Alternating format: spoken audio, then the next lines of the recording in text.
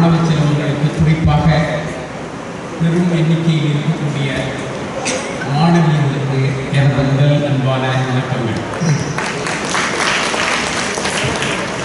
தமிழ் பல்கலைக்கழகத்தில் பணியாற்றக்கூடிய ஆசிரியர் குழுக்களுக்குமே வணக்கமும் நன்றியும். இந்த நிகழ்ச்சியை கடந்த 50 நிமிடங்களாக நிகழ்த்தி கொண்டிருந்து என்னை போன்றவர்களெல்லாம் இப்படியான நிகழ்வுகளையும் தன்மைகளையும் உரிமை பாராட்டுவது ரொம்ப ரொம்ப கஷ்டம்.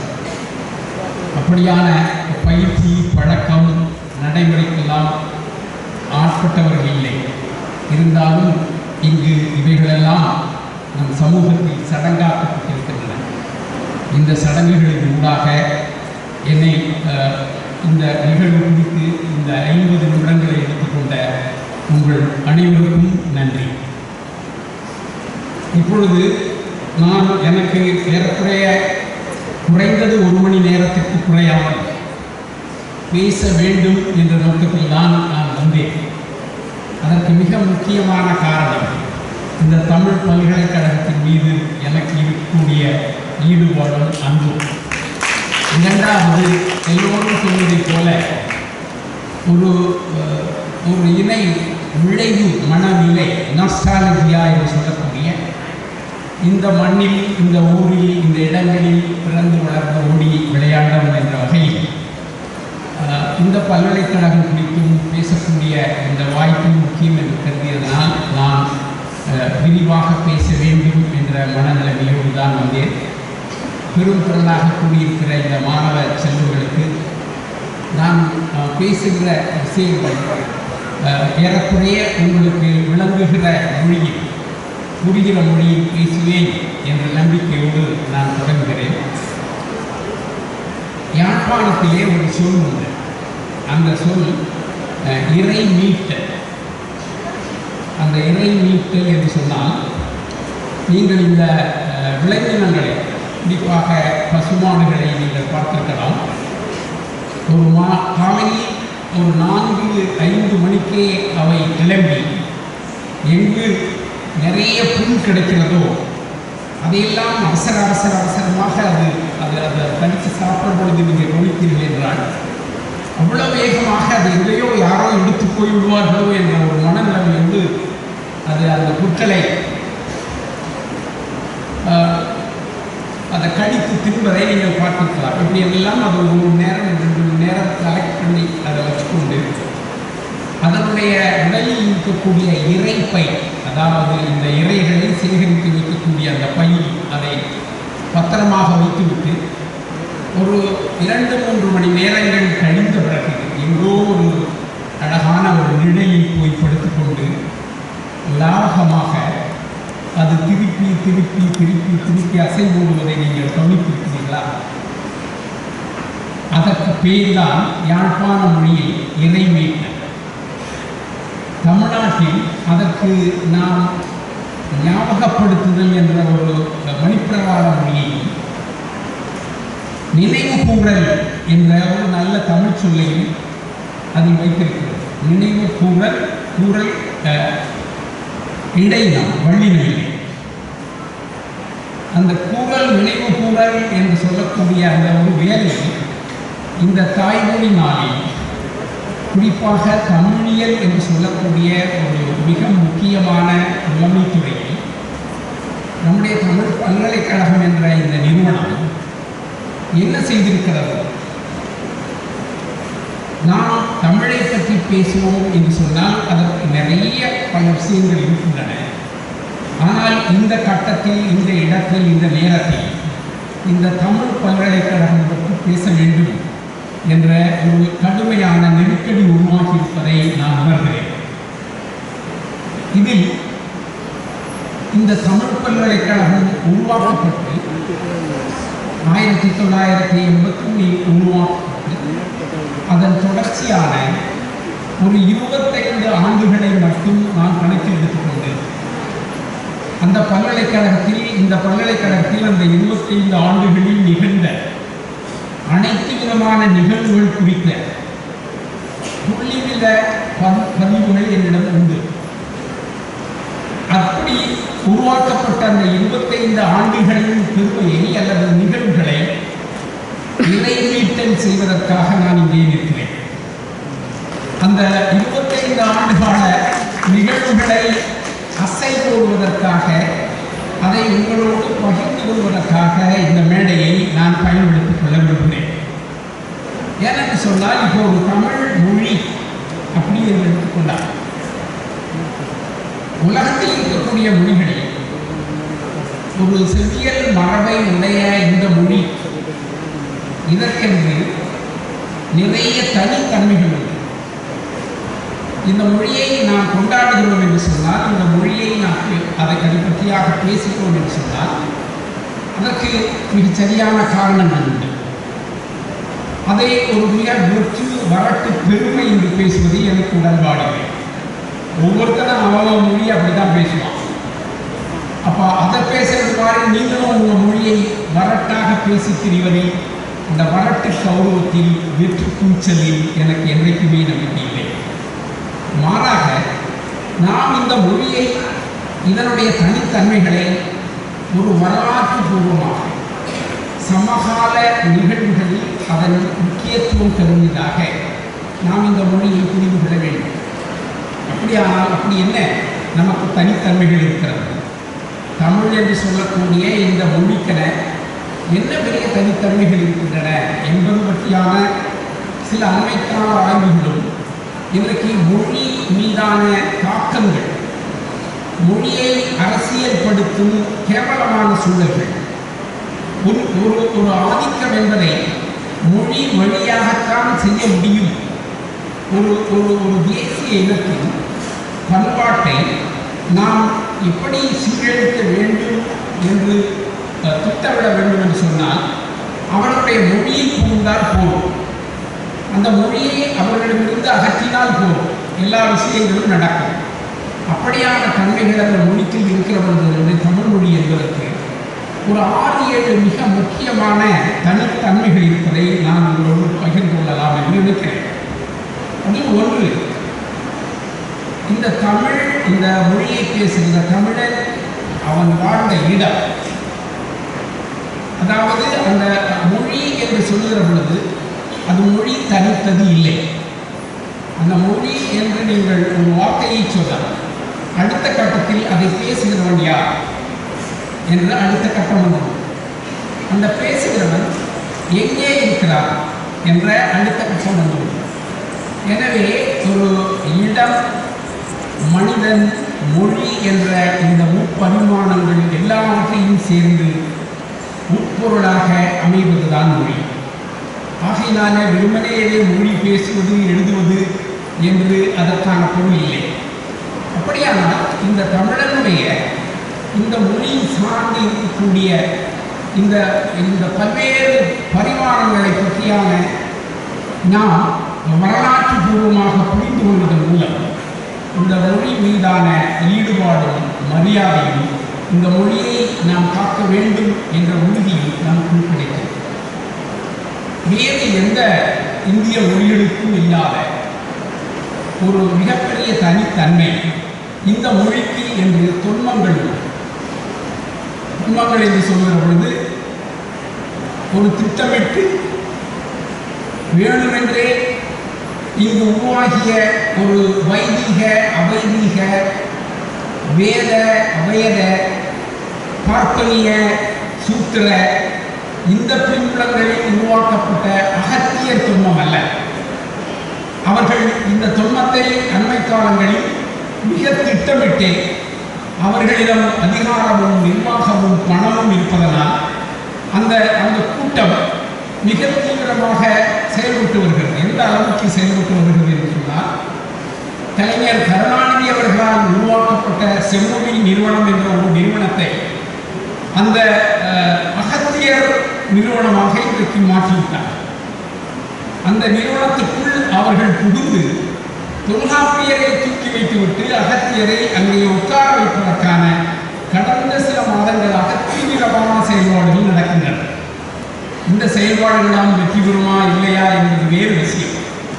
ஆனால் அந்த தமிழுக்கு என தொன்மங்கள் என்று நீங்கள் தேடினீர்கள் என்று சொன்னால் இது ஒரு லெமோரியா கண்டம் என்ற ஒரு நிலத்தில் இருந்த மொழி என்ற தொன்மம் இருக்கு.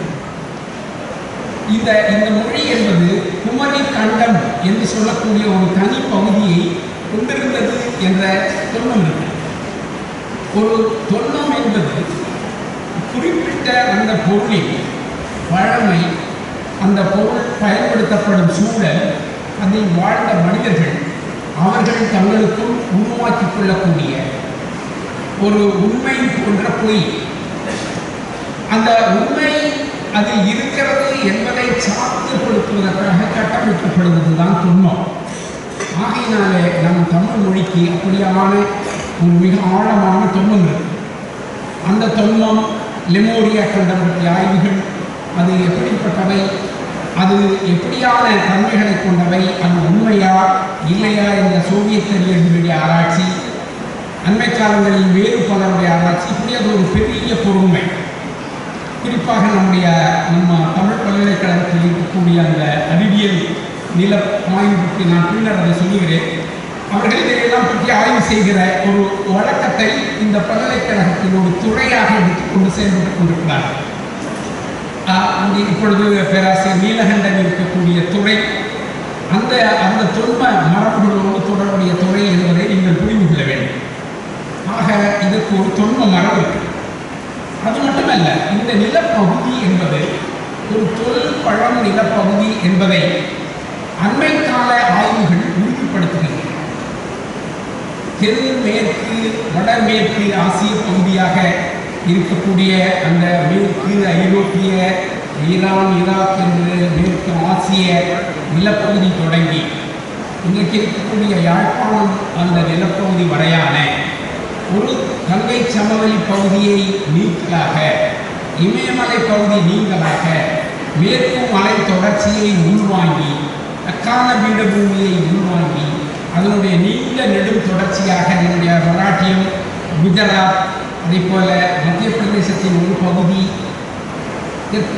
தெற்கே உள்ள இந்த கேரளம், தமிழ்நாடு, ஆந்திரம், கர்நாடகம் போன்ற நிலப்பகுதிகள், ஒரிசா உள்ளிட்ட ஒரு நீண்ட நெடிய நிலப்பகுதி, பலுசிஸ்தான், பாகிஸ்தான் உள்ளடங்கிய குஜராத் உள்ளிட்ட ஒரு நிலப்பகுதி, அதன் ஊடாக உருவான சிந்து சமவெளி, அதுக்கு அடுத்த கட்டத்தில் உருவான தெற்கான பீடபூமி, அதை சார்ந்து உருவாகக்கூடிய இந்த நிலப்பகுதி சார்ந்த நிலத்தில் இந்த மொழி இருந்தது என்பதை இன்றைய அண்மைக்கால ஆய்வுகள் உறுதிப்படுத்தும்.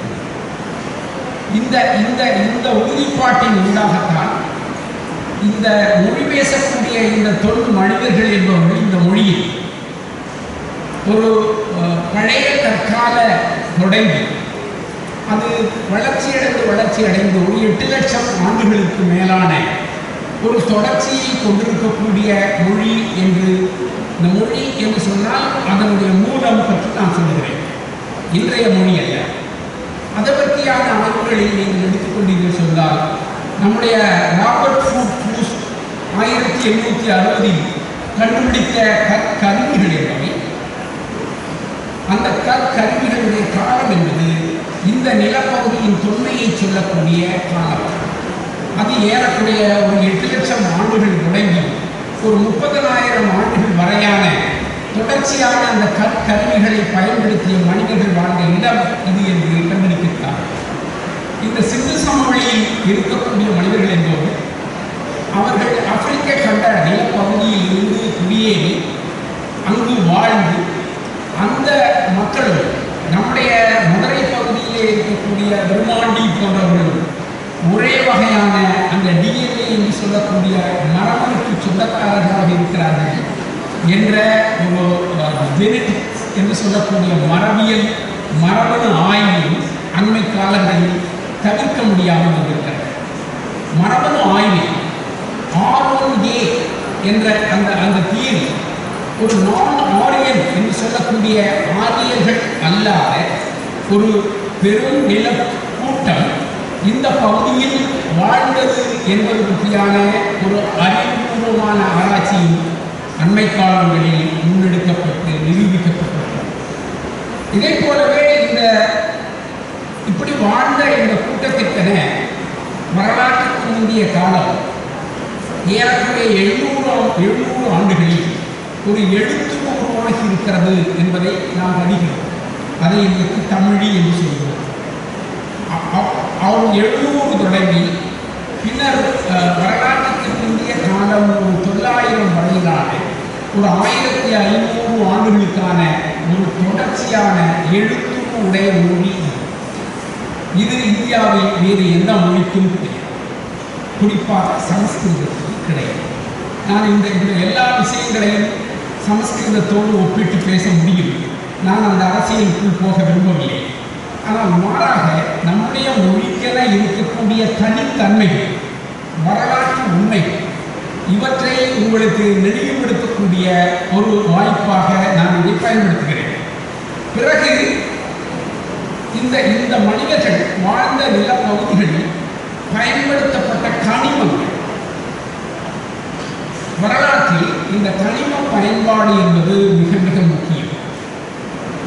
உங்களுக்கு தெரியுமோ தெரியாதோ 14ஆம் நூற்றாண்டு தொடங்கி மனித ஆராய்ச்சி மரபில் கனிமங்களை எடுத்து அந்த கனிமங்களும் செயல்படுகிற பல்வேறு முறைகளை, அதாவது புவியீர்ப்பு விசையாக இருக்கலாம், அல்லது பாசிட்டிவ் நெகட்டிவ் என்று சொல்லக்கூடிய மின் விசையாக இருக்கலாம், அல்லது அது சார்ந்த எல்லா தன்மைகளையும் கண்டுபிடித்தறிந்து தொழில் புரட்சியை உருவாக்கி உலகத்தினுடைய இயக்கத்தையே செயல்பாடுகளையே மாற்றி ஒரு புதிய உலகை இன்றைக்கு ஒரு 500-600 ஆண்டுகளில் கொண்டு வந்திருக்கிறார்கள் என்று சொன்னால் அதன் பின் கனிமங்கள் தான் இருக்கின்றன. இந்த கனிமங்கள் நம்முடைய நிலப்பகுதியில் அண்மைக்கால மிக மிக அண்மை ஒரு மாதத்துக்கு முன்பான ஆராய்ச்சியின் உண்டாக பொது ஆண்டு 3545 ஆண்டுகள் பழமையுடைய இரும்பு கனிமங்கள் இங்கு இருக்கின்றன என்று சொல்கிறார்.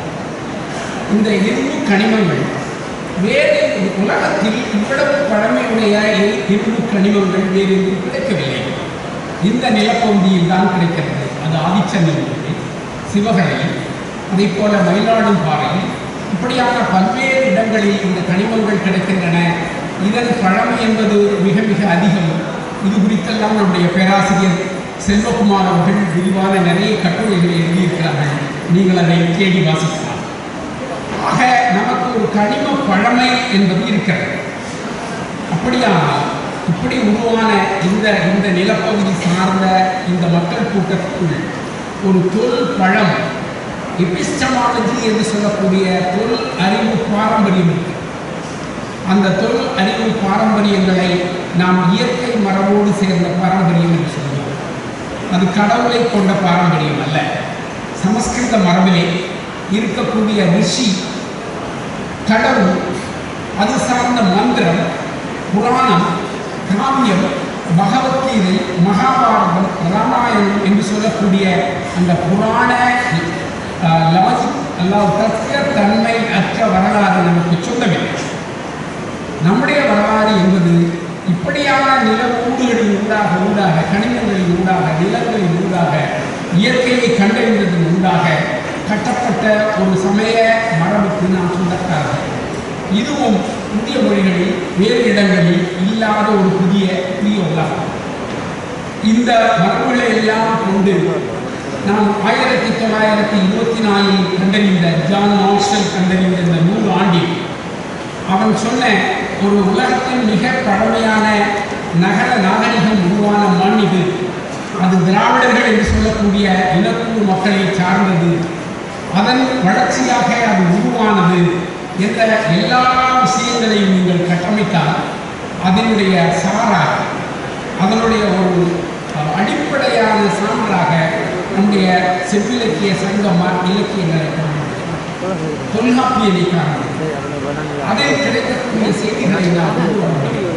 எனவே நம்முடைய பொது ஆண்டு ஏறக்குறைய 8 லட்சம் தொடங்கி அதனுடைய தொடர்ச்சியான வரலாற்றில் இப்படி நான் சொல்லக்கூடிய எவ்வளவு தனித்தன்மைகளையும் பெற்ற ஒரு மனிதனுக்கு அவனுடைய வளர்ச்சிக்கு தொடர்புடைய தமிழ். இது சாதாரண விஷயம். இது வரலாற்று பூர்வமான அறிவியல் தமிழ். இந்த விஷயத்தை நாம் புரிந்து கொள்ள வேண்டும். இதனுடைய விளைவுகளை நாம் புரிந்து கொள்ள வேண்டும். இப்படியான ஒரு தொன்மையும் தொடர்ச்சியும் அது சார்ந்த மரபும் இருப்பதனால்தான் ஒரு 1000 வரலாற்றுக்கு முந்தைய ஒரு 1000 ஆண்டுகளில் உருவாக்கப்பட்ட பாலி பிராகிருதம் போன்ற மொழிகளை கட்டமைத்து உருவாக்கப்பட்ட ஒரு சுலோக மொழி, கடவுளுக்கென்று கட்டமைக்கப்பட்ட ஒரு மொழி, புராணத்திற்கென்று கட்டமைக்கப்பட்ட ஒரு மொழி. அது எந்த தேசிய இனத்தின் மொழியும் இல்லை. அதை பேசியவன் எந்த இடத்தில் இருந்தான் என்று சொல்ல முடியும். அவனுக்கு நான் சொன்ன இப்படியான தொன்மையான வரலாறுகள் எதுவுமே இல்லை. அவன் பின்னர் வளர்ச்சி அடைந்த அரசு அதிகாரத்தின் ஊடாக, அது சார்ந்த கொடுமையின் ஊடாக இந்த மரபை, இதன் மீதான ஆதிக்கத்தை ஒரு 1500 ஆண்டுகளுக்கு முன்பு நிலைநிறுத்தி அந்த போராட்டம் என்பது இன்று வரை நடந்தது. இந்த கணம் வரை நடந்தது. இந்த போராட்ட ஊடாகத்தான் நாம் இந்த தனித்தன்மை மரபுகளை நினைவுபடுத்த வேண்டியிருக்கிறது, இறை மீட்டல் செய்ய வேண்டியிருக்கிறது, அவற்றை பேச வேண்டியிருக்கிறது. வெறும் பெருமைக்காக அல்ல, நான் அதை திருப்பி சொல்கிறேன். இது ஒரு அறிவியல் வரலாறு, இது ஒரு உண்மை. இந்த உண்மையை நாம் எப்படி கட்டி காக்கப் போகிறோம், இந்த உண்மைக்கு நாம் எப்படி நேர்மையாக இருக்க போகிறோம், இந்த உண்மையை அடுத்த கட்டத்திற்கு எப்படி எடுத்து செல்ல போகிறோம் என்பது முக்கியமானது. அப்பொழுதுதான் 19ஆம் நூற்றாண்டில் நமது அறிவியல் பெருமக்கள் உருவாக்கிய பல்வேறு நிறுவனங்கள், இந்த மரபு சார்ந்து உருவான இந்த தன்மையில் உருவாக்கப்பட்ட நிறுவனங்கள், அந்த நிறுவனங்கள் சார்ந்த செயல்பாடுகள், அந்த செயல்பாடுகள் சார்ந்து நம்முடைய தமிழ் பல்கலைக்கழகம் எப்படி இருக்கிறது என்பது பற்றி நான் அடுத்த என்னுடைய உரையை மீட்டப் போகிறேன், இதை மீட்டப் போகிறேன். அதில் 19ஆம் நூற்றாண்டை எடுத்துக்கொண்டால் நமக்கு ஒரு மிக முக்கியமான காலம். இந்த காலம் வரை நமக்கு ஒரு செவ்வியல் இலக்கிய மரபு இருக்கிறது என்பதை உலகம் அறிய அல்லது புரிந்து கொள்ள இயலாத காலத்தை தூக்கி போட்டு, உனக்கு ஒரு செவ்வியல் மரபு இருக்கிறது, அது உலக லத்தீன் மொழியோடு, உலகத்தில் இருக்கிற தொன்மையான பல மொழிகளோடு உள் மொழியும் இருக்கிறது என்ற ஒரு புத்தியை, அறிவை மண்டையில் அடித்து சொல்லிய காலம் 19ஆம் நூற்றாண்டு. அதற்கு முன் பார்த்தீர்கள் என்று சொன்னால், ஒரு 9ஆம் நூற்றாண்டு தொடங்கி 18ஆம் நூற்றாண்டு வரை உருவான இந்த சமய மரபுகள், இந்த சமயம் சார்ந்த ஆதிக்கங்கள், இப்படி ஒரு சமஸ்கிருத வேத மரபுக்கு ஆட்பட்டு ஐந்தெழுத்தால் ஒரு பாடல் உண்டோ என்று சொல்லி ஒரு தமிழ்நாட்டில் பிறந்த ஒருவனை சமஸ்கிருதத்திலிருந்து தான் உன் மொழி உருவாகியது, உனக்கு தனிமொழி இல்லை என்று எழுதியதும் பேசியதும் இருந்த காலம். அந்த காலத்தை தூக்கி தலைப்பார மாற்றி ஒரு மொழி குடும்பம் என்ற ஆய்வுகள் உருவாக்கப்பட்டு, திராவிட மொழி குடும்பம், இந்தோ ஆரிய மொழி குடும்பம், இவைகளுக்கு தனித்த தன்மைகள் உண்டு, இவை தனித்த பண்புகளை உடையவை என்பதை இந்த 19ஆம் நூற்றாண்டு தான் எங்களுக்கு சொல்லி. அதோடு மட்டுமல்ல, நமக்கு நல் வாய்ப்பாக இங்கு வந்த ஐரோப்பியர்கள், குறிப்பாக நம்மை ஆட்சி செய்த அந்த ஐரோப்பிய பெருமக்கள், அவர்கள் ஐரோப்பிய பின்புலத்தில் கிடைந்த அவ்வளவு அறிவு தன்மைகளை நமக்கான வடிவமாக மாற்றுவது என்பதிலே அவர்கள் அளித்த பங்களிப்பு, குறிப்பாக நமது சங்கிகளுக்கெல்லாம் பிடிக்காத அந்த கிறிஸ்துவர்கள், அந்த கிறிஸ்துவ மிஷனரிகள், ஏன் கிறிஸ்துவர்களை சங்கிகள் காய்கிறார்கள் என்பது உங்களுக்கு தெரிகிறதா? அவர்கள் கிறிஸ்துவர்கள் தான் இந்த மொண்டைத்தனமான அடிமைத்தனமான பள்ளி கல்வியை, திண்ணை பள்ளியை ஒழித்தவர், நவீன கல்வியை நமக்கு குடித்தவர். ஏன் அவர்களை இவர்கள் இவ்வளவு எரிச்சலோடு தாக்குகிறார்கள் தெரியுமா? அந்த கிறிஸ்துவர்கள் தான் எல்லோரும் படிக்கலாம், முதலில் பேர் படிக்க வேண்டும், ஒடுக்கப்பட்டவர் படிக்க வேண்டும் என்று பள்ளிக்கூடத்தை கட்டியவர்.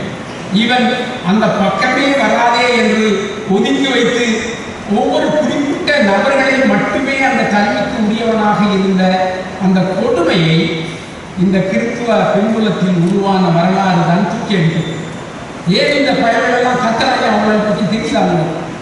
அப்போ இப்படி உருவாகி வந்த இந்த மரபு தமிழுக்கு ஒரு நல்மரபாகும். இந்த மண்ணுக்கு வந்த மெக்கன்சி என்பவர் இந்த மண்ணின் பழைய வரலாறுகள், தாக்கங்கள், விஷயங்கள் இவற்றையெல்லாம் திரட்டி தந்தார். இந்த மண்ணுக்கு அதிகாரியாக வந்த எலிஸ் என்பவர் திருவள்ளுவர் மிகப்பெரிய ஆள் என்று அவனுக்கு தங்கத்தில் உருவம் பொறித்தார். திருக்குறளை மொழிபெயர்ப்பு செய்தார். ஒரு ஐரோப்பிய அறிஞர்கள் பயிர்வதற்கென ஒரு கல்லூரியை, இலக்கிய சங்கத்தை 19ஆம் நூற்றாண்டின் தொடக்கத்தில் உருவாக்கினார்.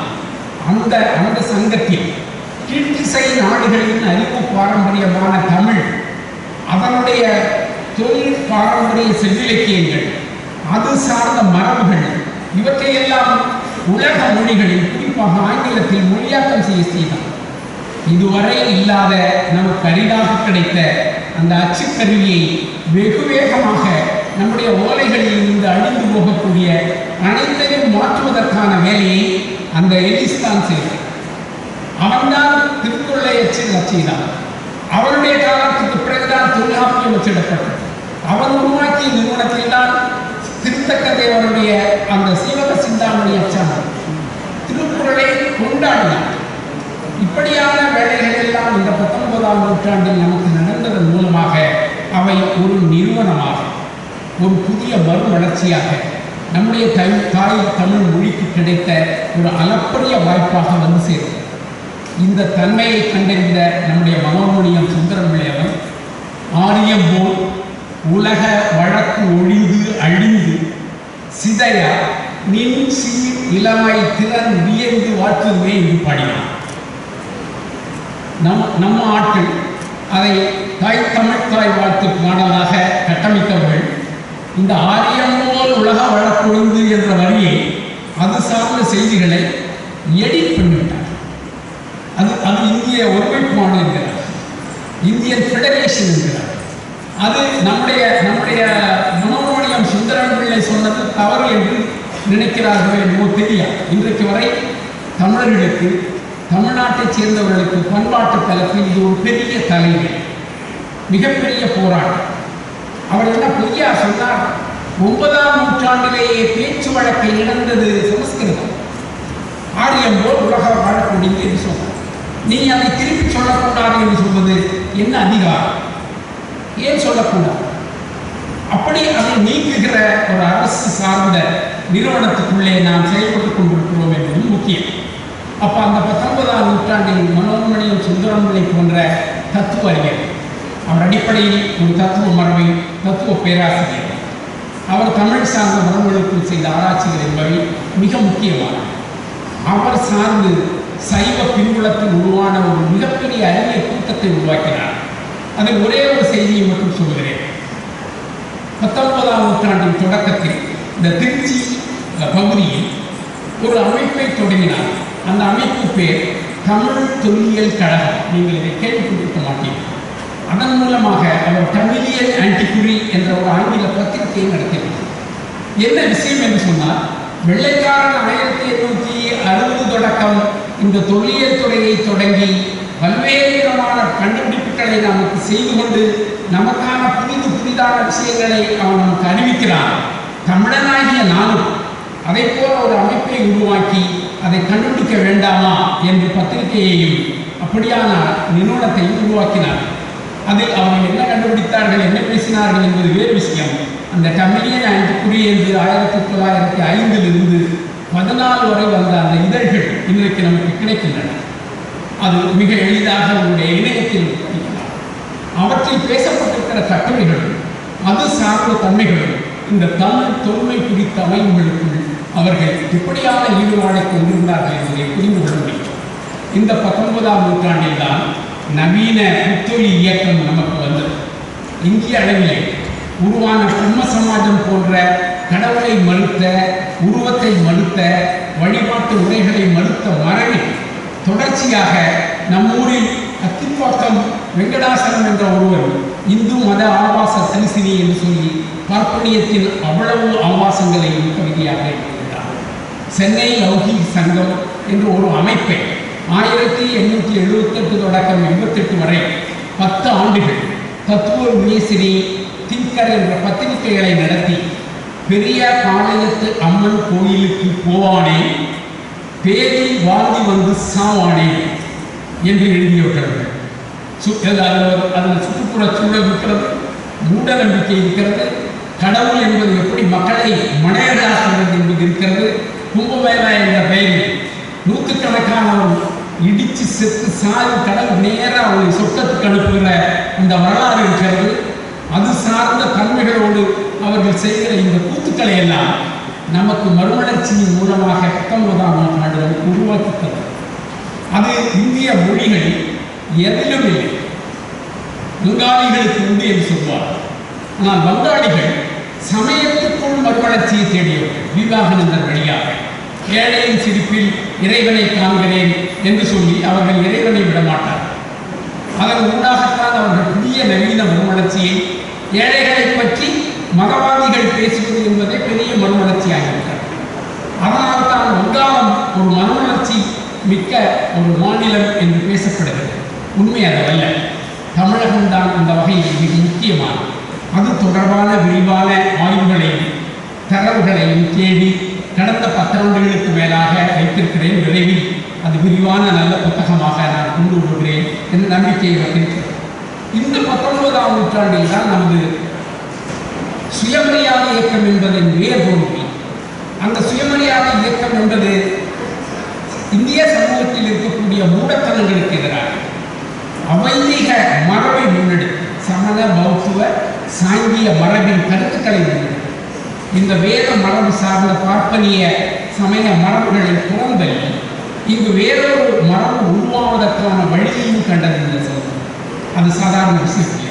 அதனுடைய உச்ச வளர்ச்சியாக 1925 நம்முடைய தாடிக்கடவுள் தந்தை பெரியார். ஆக இந்த மரபுகளின் உண்டாகத்தான் நம்முடைய தமிழ் என்பதும் தமிழ் மொழி என்பதும் எப்படியான தனித்தன்மைகளை, தனி சிந்தனை மரபுகளை, இயக்கங்களை கொண்டு வளர்ந்து வந்தது என்பதை நீங்கள் புரிந்து கொள்ள வேண்டும். இதனுடைய விளைவாக மதுரை தமிழ்ச்சங்கம் என்ற அமைப்பை தொடங்குகிறார்கள். கரந்தை தமிழ்ச்சங்கம் என்ற அமைப்பை தொடங்குகிறார்கள். 1918 உருவான இரட்டை ஆட்சி முறை, மாண்டே சென்ஸ்போர்டுடைய இரட்டை ஆட்சி முறையின் மூலமாக வட்டார மொழிகளில், பல்கலைக்கழகங்களில் வட்டார மொழிகளுக்கான இடத்தை கொடுக்க வேண்டும் என்ற விஷயம் வருகிறது. அது விவாதிக்கப்படுகிறது. 1857 உருவாக்கப்பட்ட அந்த சென்னை பல்கலைக்கழகத்தில் அல்லது கல்கத்தா பல்கலைக்கழகத்தில் அல்லது மும்பை பல்கலைக்கழகத்தில் இந்த வட்டார மொழிகளுக்கான இடமில்லை. ஆனால் இந்த இரட்டை ஆட்சி வந்த பிறகு 1980களில் தெலுங்கை அடிப்படையாக கொண்ட ஆந்திர பல்கலைக்கழகம் வந்தது, குஜராத்தியை அடிப்படையாக கொண்ட குஜராத் பல்கலைக்கழகம் வந்தது, கன்னடத்தை அடிப்படையாக கொண்ட கர்நாடக பல்கலைக்கழகம் வருகிறது, அதே போல மலையாளத்தை அடிப்படையாக கொண்ட கேரள பல்கலைக்கழகம் வருகிறது. இப்படி பல்கலைக்கழகம் என்ற நிறுவனங்கள் உருவாகிற காலத்தில் இங்கு திருச்சியில் இருந்த ஒரு தமிழ் சங்கத்து அமைப்பினர்கள் நாம் தமிழ் பல்கலைக்கழகத்தையும் கொண்டு வர வேண்டும் என்று அறிக்கை கொடுக்கிறார்கள். அந்த ஐரோப்பியர்களுக்கு தமிழ் பல்கலைக்கழகம் உருவாக்க வேண்டும் என்று கொடுக்கப்பட்ட அந்த அறிக்கை அவர்கள் தமிழ் என்ற ஒரு பத்திரிகையை நடத்தியிருக்கிறார்கள். அது பரிசீலிக்கப்பட்டு அப்படி ஒரு தமிழ் பல்கலைக்கழகத்தை 1920களின் இந்தியில் உருவாக்க வேண்டும் என்ற ஒரு நிலை வருகிற போது இந்த தமிழ் சமூகம் எப்பொழுதுமே எதிலுமே இப்படியான நல் வாய்ப்புகளை பெற்றுவதற்கான சமூகம் இல்லை என்பதால் அந்த தமிழ் பல்கலைக்கழகம் என்பது அண்ணாமலை அரசரால் அண்ணாமலை பல்கலைக்கழகமாக 1929 உருவாக்கப்படுகிறது. ஏன் அண்ணாமலை அரசர் அவ்வளவு தமிழுக்கு விழுந்து விழுந்து வேலை செய்தார்? விபுலானந்தரை முதல் துறை தலைவராக்கினார். தமிழ் இசை பற்றி அவ்வளவு ஏன் போராடினார்? தமிழ் இசைக்கான 1929 சென்னையில் ஒரு மியூசிக் அகாடமி என்ற ஒரு அமைப்பை உருவாக்கிய தெலுங்குக்காரர்கள் இந்த அமைப்பிற்குள் எவரும் தமிழில் வந்து பாடக்கூடாது என்று சட்டம் போட்டார்கள். தமிழனின் தலைநகரமாக இருக்கக்கூடிய அந்த ஊரில் இதில் நம்ம ஆளுகளுக்கு கொஞ்சம் சொரணை இருக்கு. ஆனால் நம்ம ஊரிலேயே தமிழில் பாட்டு பாடக்கூடாது. அதுதான் தமிழிசை இயக்கம். அந்த தமிழிசை இயக்கம் சார்ந்தால் விபுலானந்தர் போன்ற பெருமக்கள் எடுத்த முன் முயற்சி தான் இந்த அண்ணாமலை அரசருக்கு ஏற்பட்ட அவருடைய செல்வ வள ஞானத்தால் எல்லா ஊரிலையும் இந்த தமிழிசை மன்றங்களை, அவர்கள் அண்ணாமலை மன்றங்களை கட்டத் தொடங்கினார்கள். அது அந்த தமிழிசை மரபு சார்ந்த வளர்ச்சிக்குள் வந்தது. பிற்காலங்களில் அதுக்கும் கர்நாடக இசையும் பூந்து விட்டது. அதுவே அப்போ இப்படியான இந்த 1927-28 உருவாக வேண்டிய தமிழ் பல்கலைக்கழகம் பணிபுரி அது அண்ணாமலை அரசனுடைய பார்வதி மகளிர் கல்லூரி என்ற ஒரு கல்லூரி அண்ணாமலை பல்கலைக்கழகமாக மாறி. ஆனால் அது நல் வாய்ப்பாக இந்த அண்ணாமலை பல்கலைக்கழகம் என்று சொல்லக்கூடிய அந்த நிறுவனம் 1929 தொடங்கி 1970 வரையான அந்த ஒரு 35-40 ஆண்டுகள் இந்த தமிழியல் என்று சொல்லக்கூடிய துறையில் ஒரு மிகச்சிறந்த நிறுவனமாக அது இருந்தது. அது பற்றி விரிவாக நான் சொல்ல முடியும். அதில் தான் நம்மை தேப்போமி உருவானார். இந்த தேப்போமியினுடைய விளைவாகத்தான் மொழியியல் என்ற ஒரு துறையை உலகம் முழுக்க மொழியியல் என்ற ஒரு துறை 1940களில் புதிதாக அறிமுகப்படுத்தப்பட்டது. 1952-54 டெக்கான் கல்லூரியில் பூனாவில் மொழியியலுக்கான ஒரு பயிற்சி நடக்கிறது. அதில் தேப்போமி கலந்து கொண்டார். அந்த பயிற்சியின் ஊடாக அவர் அண்ணாமலை பல்கலைக்கழகத்திற்கு வந்து மொழியியல் துறையை உருவாக்கினார். அந்த மொழியியல் துறை, அது சார்ந்த செய்திகள், அந்த மொழியியல் துறையில் உருவான அறிஞர்கள், அவர்கள் உலகம் முழுவதும் செய்த சாதனைகள், அந்த சாதனை சார்ந்த அந்த 1960-90 30 வருஷ வரலாறு மிக முக்கியமானது. 90க்கு பிறகு இந்த வரலாறு என்னவாயிற்று என்பது இன்னொரு கதை. நான் அந்த அந்த அந்த பலமான காலத்தை மட்டும் பேசுகிறேன். அதற்கு பின்னுள்ள விஷயத்தை ஏண்டா தரவில்லை என்று ஒப்புகிறேன். அதற்கான காரணங்களை உங்களை தேடச் சொல்கிறேன். அதுதான் என்னுடைய பேச்சின் மிக முக்கியமான விஷயம். அதை போல அந்த அண்ணாமலை பல்கலைக்கழகம் உருவாக்கப்பட்ட காலத்தில், தமிழ்துறை உருவாக்கப்பட்ட காலத்தில் 2 ஆண்டுகளுக்கு முன்பாக 1927 சென்னை பல்கலைக்கழகத்தில் ஒரு கீழ்த்திசை மொழிகளுக்கான நிறுவனம் உருவாக்கப்பட்டது. அதில் தமிழ் என்ற ஒரு ஆளுக்கு ஒரு வேலை கொடுக்கப்பட்டது. அதில் சமஸ்கிருதத்தில் இருக்கக்கூடிய பேராசிரியருக்கு இருக்கக்கூடிய சம்பளத்தில் பாதி சம்பளத்துக்கு குறைவாக தமிழ் வாசிக்கு கொடுக்கப்பட்டது. அப்படி உருவான அந்த அண்ணாமலை தமிழ் இந்த சென்னை பல்கலைக்கழக தமிழ் வரலாறு நல் வாய்ப்பாக இந்த வையாவி பிள்ளை என்ற ஒரு மனுஷன் கொண்டு வாய்ப்பார். அந்த மனிதனுடைய உழைப்பு, அவன் உருவாக்கிய லெக்சிக், அந்த லெக்சிக்கன், அதே போல அவன் உருவாக்கிய சங்க இலக்கியக்கான அந்த அந்த மிக முக்கியமான தொகுப்பு, அகராதி மரபில் உருவாக்கிய சங்க இலக்கிய மரபு, இவைகளெல்லாம் நம்முடைய தமிழ் மொழியின் வளர்ச்சியின் உச்சம். அந்த மனிதனை தமிழ் துரோகி என்று உருவாக்கினார். அது வேறொரு கதை. அந்த கதைக்குள்ளும் நான் போகிறேன். இப்படி சென்னை பல்கலைக்கழகம், அண்ணாமலை பல்கலைக்கழகம், இப்படியான பல பல்கலைக்கழகங்கள் இப்படியான தமிழியல் மரபை உருவாக்கி வருகிற கட்டத்தில் நமது ஈழத்தை சார்ந்த 2 பெரிய மனிதர்கள் மிக முக்கியமானவர். அவர் ஒன்று விபுலானவர். அவர் 1924 மதுரை தமிழ்ச்சங்கத்தில் ஆற்றிய ஒரு மிக முக்கியமான உரை, தமிழ் நாடக வரலாறு பற்றி மிக முக்கியமான. அதே போல சென்னை பல்கலைக்கழகத்தில் 1932-33 தமிழ் இசை பற்றி அவர் ஆற்றிய உரையின் உச்ச வளர்ச்சிதான் அவர் எழுதிய யாழ். அது 1947 நம்முடைய கரந்தை தமிழ்ச்சங்கத்தில் யானை மேல் ஊர்வலமாக அந்த நூலை வைத்து அந்த வெளியீட்டு விழா நடத்திய மகன். அப்படியான முதலானந்த முக்கியமான. அதற்கு பிறகு 42 அண்ணாமலை பல்கலைக்கழகத்தில் தமிழ் படித்து வந்த பதிரியார் தனிநாயகமணி.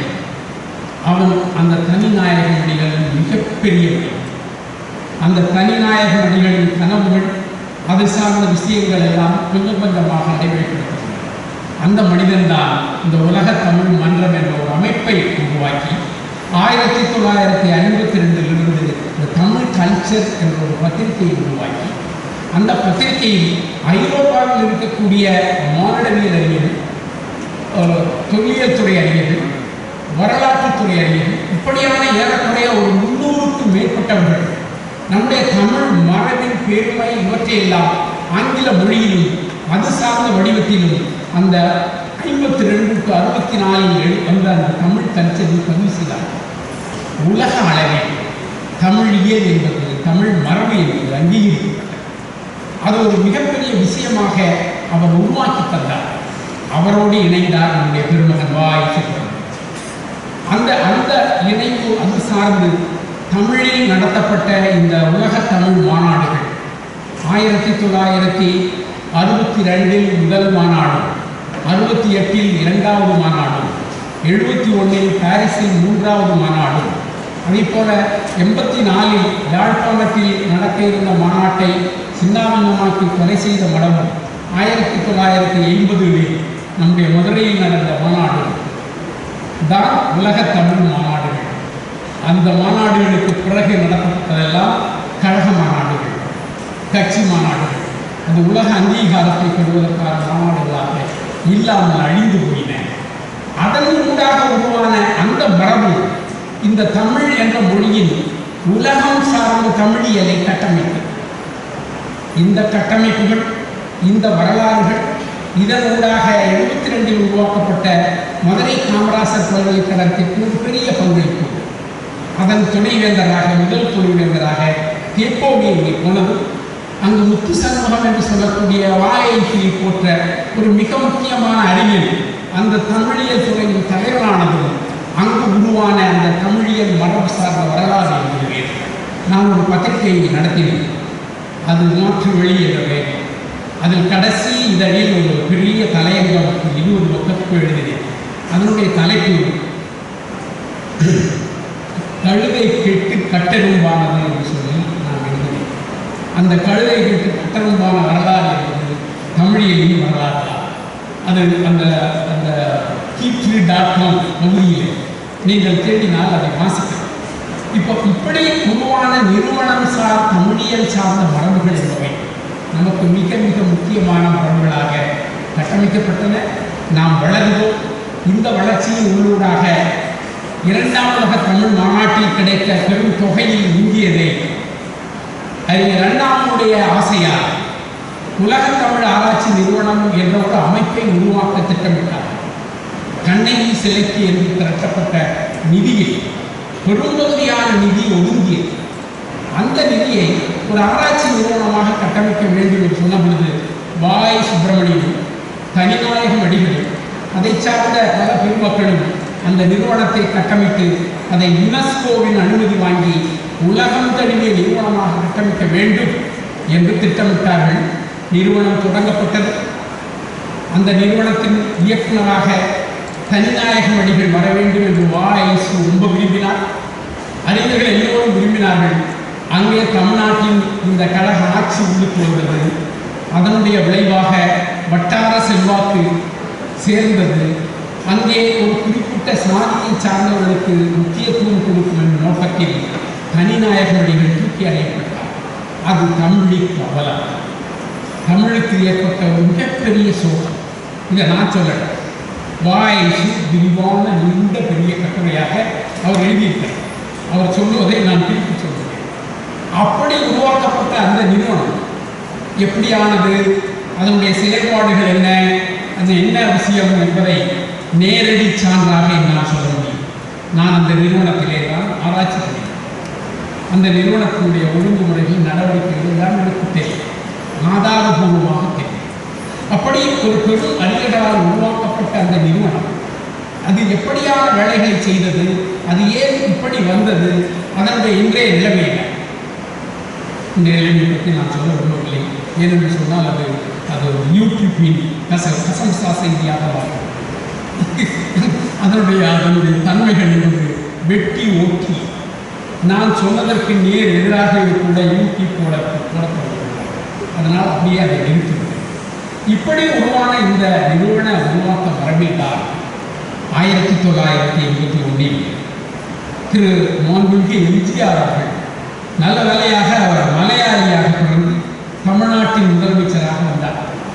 அந்த விளைவால் நீ தமிழன் இல்லை என்று அவரை நோக்கி வீசப்பட்ட எல்லா கணைகளுக்கும் பதிலாக நான் தமிழ் பல்கலைக்கழகத்தை 1000 ஏக்கர் நிலப்பரப்பில் உருவாக்குகிறேன் என்று உருவாக்கினார். அதை விட பெரிய விஷயம் அந்த பல்கலைக்கழகத்தின் முதல் துணை வேந்தராக வாய் சுப்பிரமணியம் என்ற ஒரு மிகப்பெரிய அறிஞரை அதற்கு துணை வேந்தராக. வாய் சுப்பிரமணியம் பற்றி சொல்ல வேண்டும். அந்த மனிதன் தமிழ் சமூகத்தின் தமிழியல் ஆய்வின், திராவிடியல் ஆய்வின் நிறுவன உருவாக்கத்தின் முதல் மனிதன். அவர் பல்கலைக்கழகத்தின் 2 முறை துணைவேந்தராக இருந்த அந்த வடிவம், அதனுடைய விஷயங்களை நான் தொடர்ந்து பேசப்போகிறேன். அதற்கு முன் அவர் திருவனந்தபுரத்தில் உருவாக்கிய அந்த மொழியியல் கழகம், திராவிட மொழியியல் கழகம், அந்த கழக செயல்பாடுகள், அதற்குள் தான் அவர் இப்பொழுது உறங்கிக் கொண்டிருக்கிறார். நான் ஒரு 1990களின் இடைக்காலத்தில் அந்த நிறுவனத்திற்குள் அவரை பார்க்கலாம் என்று போனேன். ஒரே ஒரு மின்விசிறி மட்டும் உள்ள மேலே இந்த ஷீட், அந்த மேலே உள்ள கூரை ஒரு ஷீட் போட்ட ஒரு கூரை, கீழே படுக்கை விரிப்புகள் இல்லாத ஒரு இரும்பாலான அந்த பெட்டு, அதில் தலையாணிங்கிற பேரில் ஏதோ ஒன்று, முப்பத்தில் ஒரு ஸ்டவ், அதுக்கு பக்கத்தில் பிரெட்டு, வேறு விஷயங்கள், இப்படியாக இருந்த அதற்குள் அவர் உட்கார்ந்து கொண்டிருந்தார். அதுக்குள்ளேயே அவர் நீண்ட நெடுகாலம் படுத்திருந்தார் என்று கேள்விப்பட்டேன். அப்படி ஒரு துறவியாக, முனிவனாக தமிழியலை, திராவிட இயலை உலகத்தில் கொண்டு சேர்க்க வேண்டும் என்ற அந்த அவருடைய செயல்பாடு தான் இன்றைக்கு உலகம் முழுவதும் திராவிட இயல் என்பது நிலைவேறிவிட்டிருக்கிறது என்பதை நீங்கள் புரிந்து கொள்ள வேண்டும். அதற்காக அவர் உருவாக்கிய நல்ல வேலையாக அவர் ஏன் தமிழ்நாட்டில் உருவாக்கவில்லை, ஏன் கேரளாவில் உருவாக்கினார் என்பதற்கும் அரசியல் இருக்கிறது. அவர் தெளிவாகத்தான் செய்தார். கேரளாவில் இருக்கக்கூடிய அந்த படித்த புலமைத்துவ சமூகத்தினுடைய அணுகுமுறை வேறு. தமிழ்நாட்டின் நிர்வாகத்தில் இருக்கக்கூடிய புலமைத்துவ அறிவுடையவர்கள், அப்படி செயல்படுகிறவர்கள் என்று இருக்கிறார்களா என்பது வேறு விஷயம். ஆனால் தமிழ்நாட்டில் இருக்கக்கூடிய பேராசிரியர் அன்பழகன் அவர்கள் நம்முடைய வாய் சுப்பிரமணியத்தினுடைய மிக நெருங்கிய நபர். அவரை பயன்படுத்தி அவர் சார்ந்த செயல்களை கொண்டு வந்துதான் அவர் திராவிட பல்கலைக்கழகம் என்று இருக்கிறார். ஒரு கர்நாடகம், ஆந்திரம், தமிழ்நாடு, இந்த மூன்றும் சந்திக்கக்கூடிய அந்த நிலப்பகுதியில் அந்த திராவிட பல்கலைக்கழகம் ஒன்றை உருவாக்கி திராவிட இயல் ஆராய்ச்சியை வளர்த்தெடுக்க வேண்டும் அவர் விரும்பினார். அதற்காக செயல்பட்டார். அது குறித்த அந்த ஆணையோடு யுஜிசியினுடைய அனுமதி பெற வேண்டும் என்று டெல்லி செல்கிற பொழுது அன்றைக்கு இருந்த அந்த அமைச்சர், நீங்கள் இதற்கு அனுமதி பெற வேண்டும் என்று சொன்னார், அந்த திராவிட என்ற சொல்லை நீங்கள் நீக்கிவிட்டு வந்தால் எங்களால் அனுமதி கொடுக்க முடியும் என்று சொல்லுகிற பொழுது நேரடியாக எந்திரித்து நின்று ஒரு பெரிய கும்பிடு போட்டுவிட்டு, ஐயா நான் வருகிறேன் என்று வெளியேற்றார். அப்படியான அந்த அறிவு திமிர் உள்ள அந்த மனிதன் உருவாக்கிய நிறுவன மரபுகளின் தொடர்ச்சி தான் இந்த தமிழ் பல்கலைக்கழகம். அப்போ அந்த மனிதனின் கனவு தான் இந்த தமிழ் பல்கலைக்கழகம். அந்த மனிதன் உருவாக்கிய துறைகள், அது சார்ந்த செயல்பாடுகள் அந்த 1921 தொடங்கி 2006 வரையான அந்த 25 ஆண்டுகளை நான் இப்பொழுது இறைமீட்டப் போகிறேன், நினைவு கூறப் போகிறேன். இந்த நினைவு கூறல் என்பது இந்த தமிழ் பல்கலைக்கழகத்தில் இருக்கக்கூடிய குழந்தைகளாகிய உங்களுக்கு ஒரு மிகப்பெரிய புதிய தகவலாக கூட இருக்கலாம். அந்த அப்படி இருந்த பல்கலைக்கழகத்தின் வரலாற்றை நீங்கள் கண்டறிவதன் மூலமாக இன்றைய பல்கலைக்கழகத்தை நீங்கள் புரிந்து கொள்ளலாம். என்னுடைய நோக்கம் என்பதே அந்த பல்கலைக்கழக அந்த வரலாற்றை நான் சொல்வதன் மூலமாக விட்டுவிடுகிறேன். அதை வைத்துக் கொண்டு நீங்கள் இன்றைய வடிவத்தை புரிந்து கொள்ளுங்கள் என்பதுதான் என்னுடைய பேச்சு. அதில் அவர் ஒரு 5 புலங்களை உருவாக்கினார். தமிழில் இந்த ஃபெக்கல்டி என்ற ஒரு ஆங்கில சொல்லை புலம் என்று உருவாக்கியவர் புலங்கள் அவர்தான்.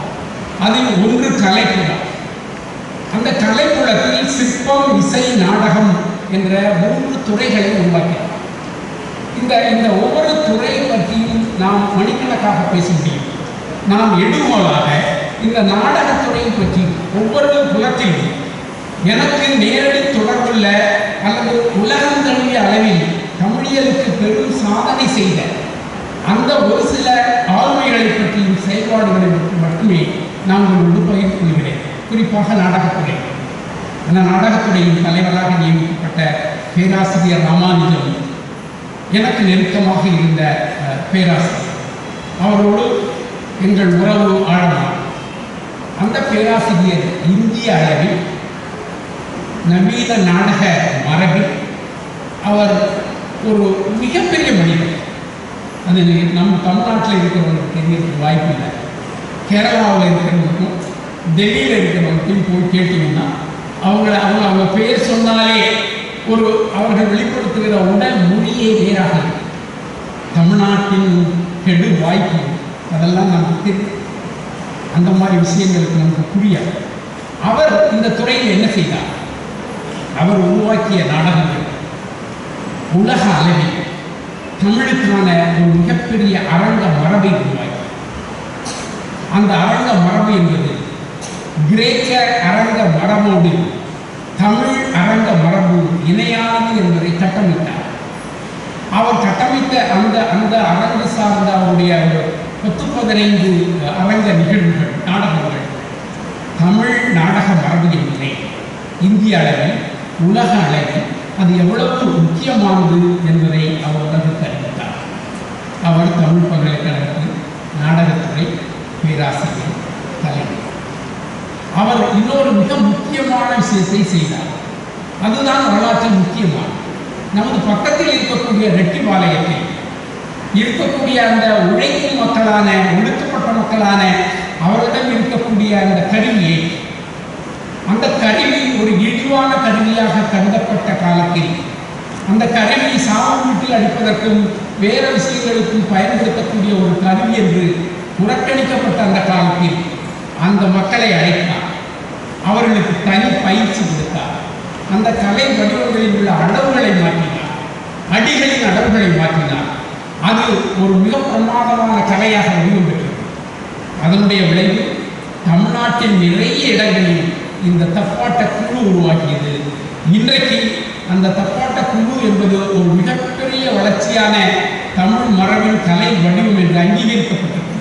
பத்மஸ்ரீ விருது கூட ஒரு தப்பாட்ட கலைஞருக்கு இந்த ஆண்டு கொடுத்தது. அந்த தப்பாட்ட கலையை உயிர்ப்பித்து மறுவடிவம் கொடுத்து அது ஒரு இழிவான சாதிய கலை என்ற அடையாளத்தை தமது அரங்க முயற்சியின் ஊடாக, கலை குறித்த அக்கறையின் ஊடாக உருவாக்கிய பேராசிரியர் தான் இந்த பல்கலைக்கழகத்தின் நாடகத்துறை சேர்ந்த பேராசிரியர். இது பற்றி நிறைய பேசலாம். அவரை தொடர்ந்து வந்தவர்கள் ராமசாமி போன்றவர்கள் என்ன செய்தார்கள், அது என்ன நடந்தது என்பதெல்லாம் வரலாம். இது ஒரு கலைப்புலம் பற்றிய ஒரு சோறு கூட்டம். அதே போல சுவடிப்புலம், இந்த ஓலைச்சுவடித்துறை, அரிய கையெழுத்து சுவடித்துறை, கல்வெட்டு மற்றும் தொல்லியல் துறை, நீர் அகழ்வாய்வு மையம் என்ற அந்த துறைகள் அதில் செயல்பட்டன. அந்த துறை சம்பந்தப்பட்ட விஷயங்கள் மிக பிரம்மாண்டமானது. எடுத்துக்காட்டாக இந்த ஓலைச்சுவடித்துறையை சொல்லுவேன். அதில் அவர்கள் உருவாக்கிய ஒரு 5 கேட்டலாக் அட்டவணை, அவை என்னுடைய ஆராய்ச்சிக்கு மிக அடிப்படையான கட்டளை. அதாவது ஒரு விஷயத்தை சொல்கிறேன். இந்த ஓலைச்சுவடி என்பது நம்முடைய படிப்பு, வாசிப்பு, அறிவு மரபில் அச்சு மரபுக்கு முந்தையானது. அது ஓலை பண்பாடு. அச்சு பண்பாடு வருவதற்கு முந்தையான ஒரு மிக முக்கியமான பண்பாடு. அந்த பண்பாடு, அந்த ஓலைகளை திரட்டுவது தமிழ் பல்கலைக்கழகம் அதற்கு கம்ப்யூட்டரைஸ் ஓலைச்சுவடிகளின் பட்டியலை, கேட்டலாக்கை உருவாக்கியது. அதில் 5 தொகுதிகள் உள்ளன. அதில் கடைசி தொகுதி என்னுடைய கவனத்தை கவர்ந்த மிக முக்கியமானது. தமிழில் இதுவரை எவ்வளவு ஓலைச்சுவடிகள் பதிவாக்கப்பட்டிருக்கின்றன? ஏறக்குறைய 91,000 ஓலைச்சுவடிகள் பதிவாக்கப்பட்டிருக்கின்றன. அப்படியானால் அந்த 91,000 ஓலைச்சுவடிகளில் அச்சாக்கப்பட்டவை எவ்வளவு? அச்சு வடிவம் பெற்றவை எவை? அவை ஏறக்குறைய 20,000 மட்டுமே. ஏன் எஞ்சிய ஓலைச்சுவடிகள் அச்சாக்கப்படவில்லை? அதனுடைய காரணம் என்ன? அதே போல அதில் மிக அதிகமான ஓலைச்சுவடிகள் எவை? அவை சித்த மருத்துவ ஓலைச்சுவடிகள். ஏன் தமிழ் சமூகத்தில் சித்த மருத்துவ ஓலைச்சுவடிகள் மிக அதிகமாக இருக்க வேண்டும்? நானும் ஒரு நேஷனல் மிஷன் ஃபார் மேனுஸ்கிரிப்ட் என்ற நிறுவனத்திற்காக ஒரு 10 ஆண்டு ஓலைச்சுவடி சொல்லிய ஒரு பெரிய திட்டத்தை நடைமுறைப்படுத்தினோம். அந்த காலத்தில் 10 லட்சம் ரூபாய். அதில் நாங்கள் நிறைய சித்த மருத்துவ ஓலைச்சுவடிகளை டிஜிட்டலைஸ் பண்ணுற ஒரு வாய்ப்பு கிடைத்தது. அப்பொழுது கிடைத்த ஒரு மிக முக்கியமான புரிதல், தமிழில் உருவாக்கப்பட்ட ஓலைச்சுவடிகளில் மிக அதிகமான எண்ணிக்கை சித்த மருத்துவ சுவடிகளே. 100 ஓலைச்சுவடிகள் கிடைக்கிறது என்று சொன்னால் 90 ஓலைச்சுவடிகள் சித்த மருத்துவ ஓலைச்சுவடிகள், 10 மட்டுமே வேறு துறை சார்ந்தவை. அது ஏன்? அது சம்பந்த விஷயங்கள் என்ன? இந்த ஓலைச்சுவடியில் இருக்கக்கூடிய இருக்கக்கூடிய இந்த முக்கியத்துவத்தை அறிந்துதான் பேராசிரியர் வளர தமிழ் புலத்தில் அறிவியல் புலத்தில் சித்துவ மருத்துவ துறை என்ற ஒன்று உருவாக்கினார். நான் அதை அடுத்து வருகிறேன். அதே போல இந்த சுவடி புலத்தில் தொல்லியல் கல்வெட்டுத்துறை நீர் அகழ்வாய்வு மையம் என்ற துறைகளை உருவாக்கினார். தமிழ் பல்கலைக்கழகத்தின் தொல்லியல் துறை தமிழ் சமூக வரலாற்றின் தொல்லியல் ஆய்வுகளில் மிகப்பெரிய சாதனை செய்தது. பேராசிரியர் சுப்பராயன் அவர்கள், பேராசிரியர் ராஜனாக இருக்கட்டும், பேராசிரியர் அதியமானாக இருக்கட்டும், பேராசிரியர் ராஜவேலாக இருக்கட்டும், இப்பொழுது இருக்கக்கூடிய பேராசிரியர் செல்வகுமாராக இருக்கட்டும், இவர்கள் எல்லாம் இந்த தொல்லியல் துறையில் செய்த சாதனைகள் என்பவை இன்றைக்கு கீழடிகளாக, இன்றைக்கு அரிச்சநல்லூராக, இன்றைக்கு சிவகலையாக ஒரு பொருளை நாகரிகம் என்பதை கட்டளையக்கூடிய ஒரு மரபை இந்த பொருந்தல் மூலமாக ராஜன், கொடுமணல் மூலமாக சுப்பராயன், இப்படி வண்ணவன் மூலமாக செல்வகுமார், இப்படி பல நபர்கள் கண்டறிந்த அந்த தொல்லியல் துறை சார்ந்த ஆய்வுகள் கொஞ்ச நஞ்சமல்ல. அது சார்ந்த மரபுகள் எப்படியான தமிழ் சமூகத்தினுடைய வரலாற்றை கட்டமைக்கின்றன என்பதில் மிகப்பெரிய மரியாதை உண்டு. பேராசிரியர் சுப்பராயனையோ அல்லது ராஜனையோ பேராசிரியர்களையோ நான் பார்க்கும் பொழுதெல்லாம் இந்த மனிதர்கள் தமிழ் சமூகத்திற்கு செய்த மிகப்பெரிய வரலாற்று முக்கியத்துவம் வாய்ந்த பணிகள் எவ்வளவு முக்கியமானவை, அதற்கான வெளி, அதற்கான வசதியும் வாய்ப்பு இந்த தமிழ் பல்கலைக்கழகம் தான் அந்த கடந்த 25 ஆண்டுகளில் கொடுத்தது என்பதை நீங்கள் மறந்துவிடக்கூடாது. அதற்கு அடுத்த துறையாக வளர் தமிழ் புலம், அதில் அயல்நாட்டு தமிழ் கல்வி, மொழிபெயர்ப்பு துறை, அகராதியியல் துறை, அதே போல சமூக அறிவியல் துறை, அறிவியல் தமிழ் வளர்ச்சி துறை என்ற 5 துறைகள் அதில் செயல்பட்டு இப்பொழுது கூட அந்த துறைகள் எல்லாம் இருக்காது, எனக்கு தெரியும். அந்த அயல்நாட்டு தமிழ் கல்வி சார்ந்த விஷயங்கள், மொழிபெயர்ப்பு சார்ந்த விஷயங்கள் இவற்றையெல்லாம் நான் என்னுடைய எழுதுவதாக கொள்ளவில்லை. அகராதியியல் துறை ஒரு மிகப்பெரிய சாதனை உயர்த்திய துறையாக உருவானது.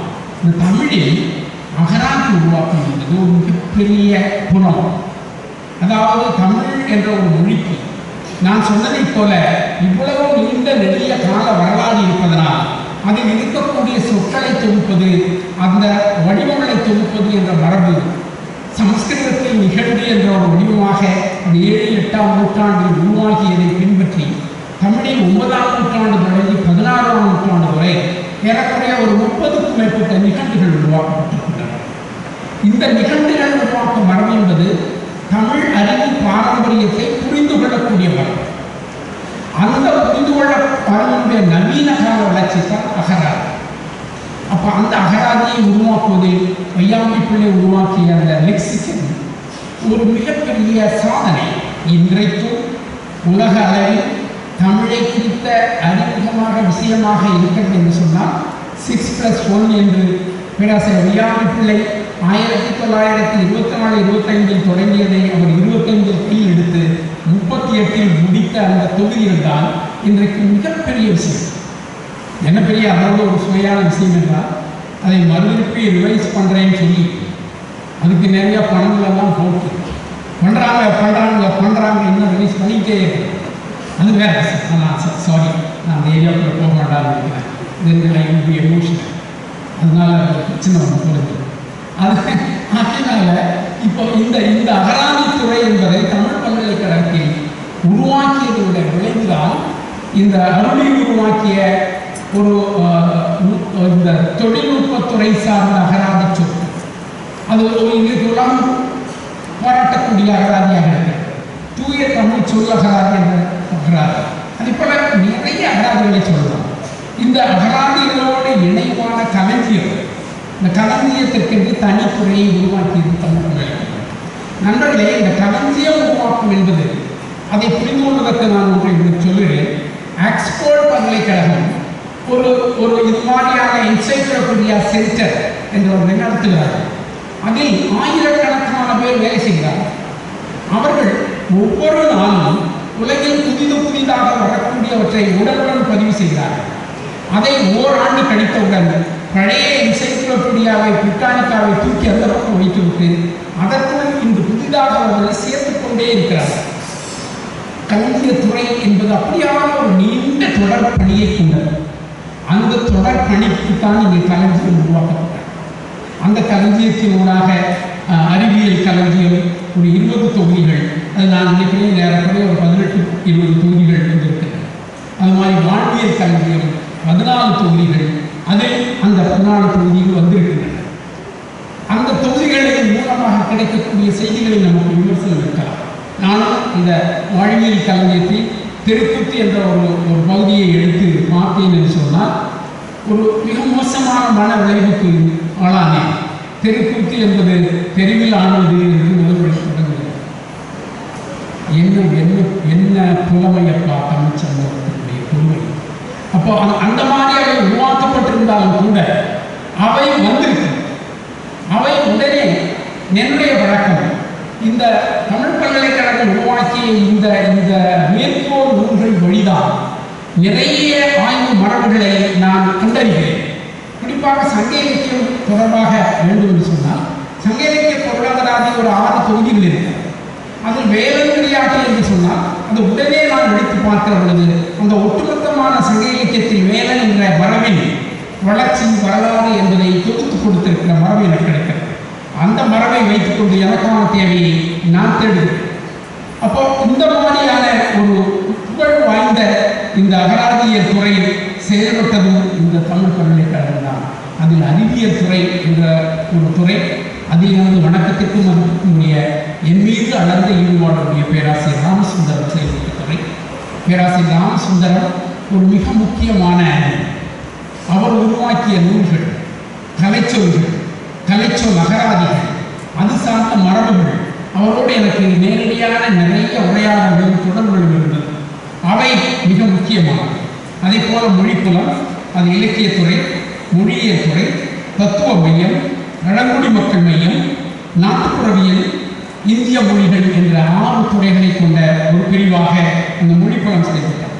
இதில் மொழியியல் துறை பேராசிரியர் அரங்கன் நோம் சாஸ்கி என்று இன்றைக்கு உலகத்தின் லெஜெண்டாக இருக்கக்கூடிய 95 வயதில் 2 நாட்கள் முன்னாடி அவரை பற்றிய செய்தி அவருக்கு பேச இயலவில்லை என்ற நிலைக்கு அவர் ஆளாகிவிட்டார் என்ற நோம் சாஸ்கியினுடைய மாணவன் அரங்கன் உலகத்தில் மாற்று இலக்கணம் என்ற ஒரு பெரிய இலக்கண மரபை 60களில் உருவாக்கியுள்ளது.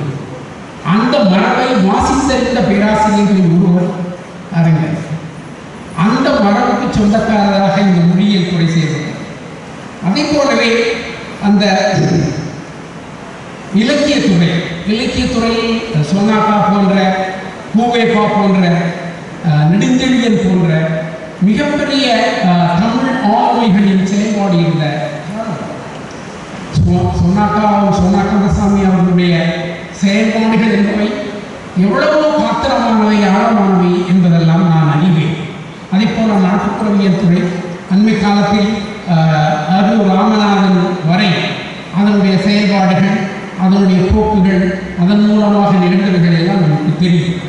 அதே போல அறிவியல் துறை தமிழ் பல்கலைக்கழகத்தினுடைய மிக மிக முக்கியமான ஒரு துறையாக நான் இதை கருதுகிறேன்.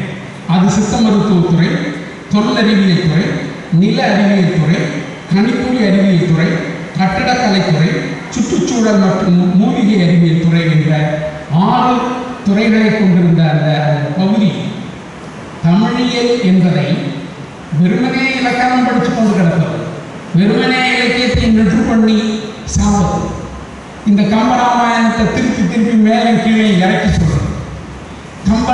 கம்பன் தான் தமிழ் சமூகத்தின் ஹீரோ என்று ஒரு மானுடவியல் அறிஞர் அண்மையில் கண்டுபிடித்திருக்கிறார். அப்படி கம்பனை பற்றி நம்முடைய தந்தை பெரியார் சொன்ன வாசகம் ரொம்ப முக்கியமான வாசகம். அதை நான் போராடலாம் சொல்லி விடுவேன். தமிழ் சமூகத்தின் முதல் துரோகி கம்பன் என்று சொல்கிறார். அவனுடைய மொழி வளமையால், அவனுடைய கவித்துவ திறமையால் ஒரு வடநாட்டு சரக்கை நம்மூர் சரக்கை போல மாற்றியவர். அந்த மாற்றுதல் என்பது எவ்வளவு பெரிய இனத்துரோகம். அந்த இனத்துரோகிக்கு நீங்கள் கடகம் கட்டுகிறீர்கள், அதில் செயல்படுகிறீர்கள் என்று 1940களிலே தந்தை பெரியார் எழுந்து அவரை சார்ந்தவர்கள் கம்பராமாயணத்தை கொளுத்தினார். இன்னொரு கோஷ்டிகள், ஹைகோர்ட் ஜட்ஜஸும் நாட்டுக்கோட்டை செட்டியார்களும் கொடுத்த பணக்காரர்களும் கம்பன் கடகத்தை உருவாக்கினார். இந்த திராவிட கழகத்துக்காரர்கள் கம்பராமாயணத்தை கொளுத்துவதற்கு எதிர் விளைவுதான் கம்பன் கழகம் உருவாக்கப்பட்டது. அது இன்னைக்கு வரை ஓடுகிறது.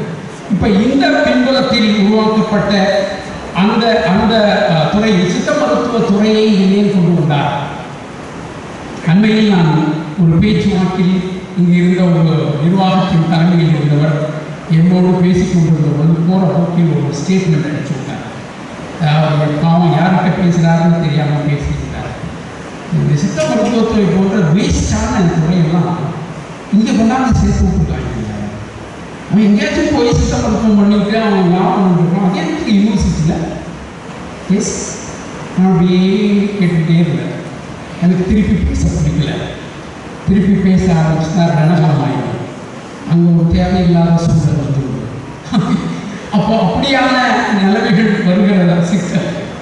அது சித்த மருத்துவம் என்பது தமிழ் மருத்துவ முறையில் ஒரு 9ஆம் நூற்றாண்டு தொடக்கம் 18ஆம் நூற்றாண்டு வரை தமிழில் உருவான ஒரு அறிவு கூட்டம். குறிப்பாக இந்த நாகர்கள் என்று சொல்லக்கூடிய ஒரு சமூக மருத்துவர்கள், அவர்கள் முழுக்க சமூக மருத்துவர்கள். அந்த மருத்துவ பெருமக்களின் அறிவுப்புலம் சார்ந்து உருவான அந்த மரபு, அதற்றின் வழிவகை சித்தர் பாடல்கள் என்று சொல்வது ஒரு ஃப்ராட். சித்த மருத்துவம் என்பதில் அவர்கள் கடவாங்கி கொண்ட ஒரு சொல். அது ஒரே ஒரு சப்ஜெக்ட். நான் அதை பெரிய கட்டுரை எழுதியிருக்கேன். தமிழில் சித்த மருத்துவமும் சரி, சித்த மருத்துவத்தோடு சித்தனை சேர்க்காத தப்புன்னு சொல்லி அது வேறு விஷயம். நான் அதை பேசுகிறேன். இப்படி இந்த துறையை உருவாக்கியது என்பது தமிழ் பண்பாட்டில் தமிழ் அறிவு மரபின் ஒரு வடிவமாக சித்த மருத்துவத்தை அவர் எப்படி கண்டறிந்தார்.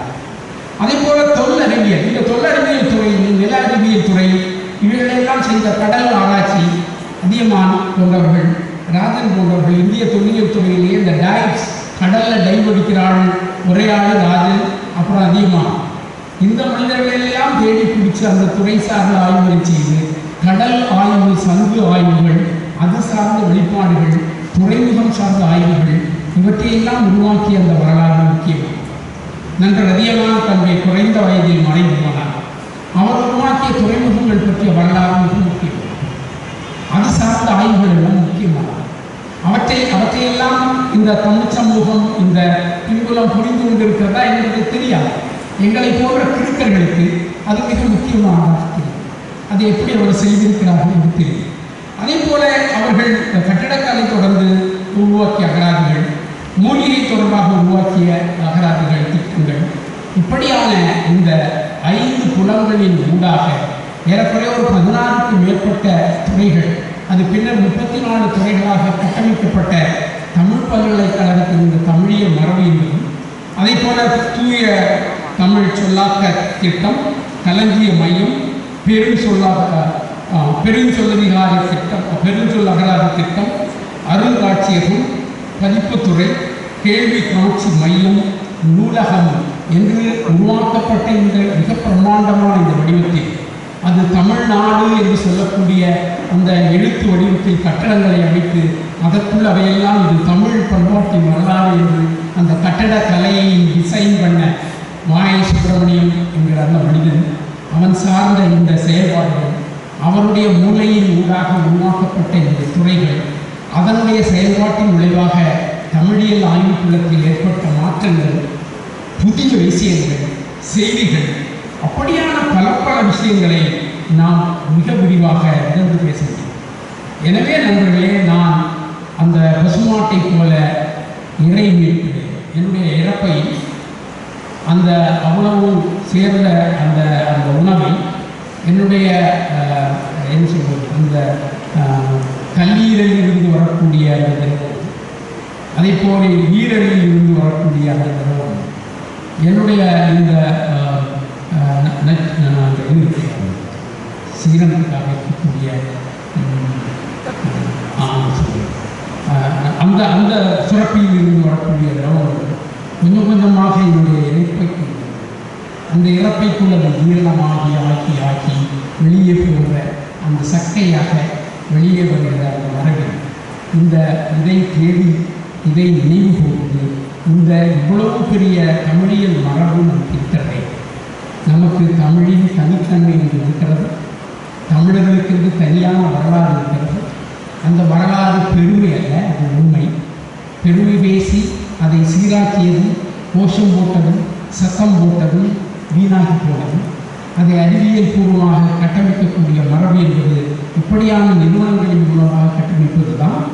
அதை இந்த தமிழியல் மரபு ஊடாக, தமிழியல் ஆய்வாக ஒரு மிகப்பெரிய பல்மைத்துறையாக கட்டமைப்பதற்காக உருவாக்கப்பட்ட இந்த தமிழ் பல்கலைக்கழகத்தின் இந்த கடந்த கால 25 கால வரலாற்றை, இந்த பல்கலைக்கழகத்தில் எவ்வளவு ஆய்வு திட்டங்கள் நடைமுறைப்படுத்தப்பட்டன, இந்த பல்கலைக்கழகத்தில் நடந்த ஆய்வுகளில் எவ்வளவு கட்டுரைகள் இருந்தன, ஏறக்குறைய ஒரு 750க்கும் மேற்பட்ட அந்த 25 ஆண்டுகளில் கருத்தரங்குகள், அறக்கட்டளை சொற்பொழிவுகள் நிகழ்த்தப்பட்டன.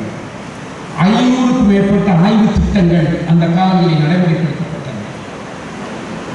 பதிப்புத்துறையின் மூலமாக 400க்கும் மேற்பட்ட தமிழ் நூல்களும் 65 ஆங்கில நூல்களும் இந்த காலத்தில் வெளியிடப்பட்டன. அதே போலவே இந்த பல்கலைக்கழகத்தில் வெளிவந்த தமிழ் கலை, தமிழ் சிவிலைசேஷன் என்ற 2 இதழ்கள், தமிழ் கலையில் 330 கட்டுரைகள் வெளியிட்டன. அதே போல ஆங்கிலத்தில் வந்த தமிழ் சிவிலைசேஷனில் இந்த இதில் வந்ததை விட ஒரு மடங்கு கூட, கொஞ்சம் கூட 359 கட்டுரைகள் அதில் வெளிவந்தன. இப்படி ஒரு ஆய்வு திட்டங்கள் மிக மிக மிக உண்மையாக திட்டமிட்டு இந்த பகுதியில் உள்ள கோயில் கட்டடக்கலை பற்றி, இந்த பகுதியில் உள்ள தமிழக தேர்கள் பற்றி, இந்த பகுதியில் உள்ள தமிழ் அடிப்படை சொற்களை சேகரிக்கும் அகராதி பற்றி, உழவு சொல் அகராதி, அதே மாதிரி இந்த கொள்ளர் சார்ந்த அகராதி, இப்படி பல்வேறு அகராதிகள் பற்றி, அதனுடைய தன்மைகள் பற்றியெல்லாம் மிக விரிவான ஆய்வு திட்டங்கள் அந்த 25 ஆண்டுகளில் இந்த பல்கலைக்கழகத்தில் இருந்தது. எனவே அந்த 19ஆம் நூற்றாண்டில் உருவான தமிழ் மறுமலர்ச்சியை 20ஆம் நூற்றாண்டில் வளர்த்தெடுத்து கட்டமைக்கிறது, அதை முழுமைப்படுத்தி ஒரு ஆய்வு நிறுவனமாக செயல்படுத்த வேண்டும் என்ற கனவை, அதனுடைய நடைமுறையை நம்முன்னே விரித்து உருவாக்கப்பட்டதுதான் இந்த பல்கலைக்கழகம். அதனுடைய செயல்பாடுகள் நான் சொன்னதைப் போல இவ்வளவு பரந்த விரிந்த பரிமாணங்களை கொண்டு இயங்கியது. நான் அதை ரொம்ப ரசித்தவர், அதற்குள் சென்றவர், அது சார்ந்த விஷயங்களை ஒவ்வொரு கணமும் புரிந்தவர். எனக்கு கிடைத்த ஒரு வாய்ப்பை பயன்படுத்தி இந்த பேர் ஆளுமைகள் அனைவரையும் ஏறக்குறைய என்னுடைய துறையில் அறக்கட்டளை சொற்பொழிவுகள், கருத்தரங்கள் மூலமாக பயன்படுத்தியவர். அதற்கான வாய்ப்பு எனக்கு கிடைத்தது.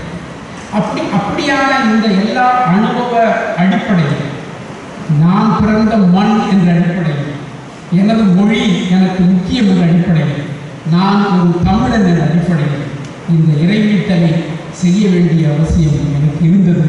அந்த 25 ஆண்டுகளில் இந்த நிகழ்வுகளை நீங்கள் 2007 தொடங்கி இன்றைக்கு இருக்கக்கூடிய 2025 வரையான ஏறக்குறைய ஒரு 18-20 ஆண்டுகளுக்கு நீங்கள் என்னென்ன செய்திருக்கிறீர்கள், என்ன நடந்திருக்கிறது என்பது பற்றியான ஒரு மிக விரிவான புள்ளி விவரங்களை நாம் கொடுப்போமேயானால், அந்த புள்ளி விவரங்கள் சார்ந்து நாம் மேலும் உரையாடலை நிகழ்த்தலாம். இந்த 25 ஆண்டுகளின் புள்ளி விவரங்கள் என்று உண்டு.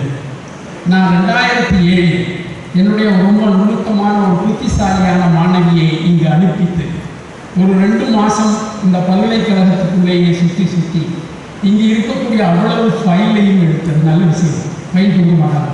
இப்போ எல்லாம் யாராவது இருந்தால் ஃபைல் கொடுப்பாங்க. அந்த ஃபைலெல்லாம் வாங்கி all seminars, all endowments, all publications, ஒவ்வொரு டிபார்ட்மெண்ட் ஆக்டிவிட்டி எல்லாத்தையும் டாக்குமெண்ட் பண்ணி ஒரு 1200 பக்கங்களான ஒரு எம்ஃபில் ஆய்வேடாக நான் வைத்திருக்கிறேன். அந்த ஆய்வேட்டின் தரவுகள் சார்ந்து தான் நான் இன்றைக்கு பேசிக்கொண்டிருக்கிறேன். ஒரு வாய்ப்பு கிடைத்தால் அந்த ஆய்வேட்டை இந்த பல்கலைக்கழகத்தின் மூலமாக அச்சிட்டு வெளிக்கொண்டு வரலாமோ என்று எனக்கு தோணுகிறது. அப்படியான வாய்ப்பு ஏற்படுமா என்று எனக்கு தெரியவில்லை. நண்பர்களே, இது எந்த தனிப்பட்ட நபரையும் பற்றிய மதிப்பீடு இல்லை. எனக்கு தமிழியல் வரலாறு என்பது எனக்கு தெரியும். என்னுடைய மிக முக்கியமான ஆய்வு துறைகளில் ஒன்று தமிழியல் வரலாறு. குறிப்பாக நான் எம்ஃபில் மாணவர்களுக்கு ஒரு 20-25 ஆண்டுகளாக நான் வகுப்பெடுத்த வரலாறு. அந்த மாணவர்களுக்கு நான் வரலாற்றுக்கு, அதாவது 19ஆம் நூற்றாண்டுக்கு முந்தைய ஒரு 30 தலைப்புகளையும், 19ஆம் நூற்றாண்டு 20ஆம் நூற்றாண்டு முடிய ஒரு 30 தலைப்புகளையும் அவனுடைய முதல் வகுப்பிலேயே கொடுத்து விட்டேன். நான் அந்த 60 தலைப்புகளையும் எனக்கு இருக்கக்கூடிய அந்த 6 மாதங்களுக்குள் அவனோடு உரையாடினேன். அது ஒரு பெரிய அனுபவம். என்னுடைய நிறைய மாணவர்கள் ஒவ்வொரு துறை சார்ந்தும் விஷயம் சார்ந்தும் கொஞ்சம் பேசுகிறேன் என்று சொன்னால் அந்த வகுப்பு அது ஏறக்குறைய 2 மணி நேரத்திலிருந்து 3 மணி நேரம் நடக்கும். எங்களுக்கு ஒதுக்கப்பட்ட 1 மணி நேரமாக இருந்தாலும் என்னுடைய அதிகாரத்தை பயன்படுத்தி நான் 3 மணி நேரம் எடுத்துக்கொள்வேன். அப்படி உருவாக்கிய அந்த தமிழ் ஆய்வியல் மரபு சார்ந்த செய்திகள் என்பவை என்னுள் பிறந்தவை. அதை வைத்துக்கொண்டுதான் நான் தமிழ் பல்கலைக்கழகத்தை பார்க்கிறேன், தமிழ் பல்கலைக்கழகத்தை நினைவுகிறேன், அதனுடைய செயல்பாடுகளை பார்க்கிறேன். அது எதற்காக என்று சொன்னால், இன்றைய நிலையில் இந்த தமிழ் பல்கலைக்கழகத்தை புரிந்து கொள்வதற்கு அது ஏதும் உதவும் என்ற நம்பிக்கையில் நன்றி, வணக்கம்.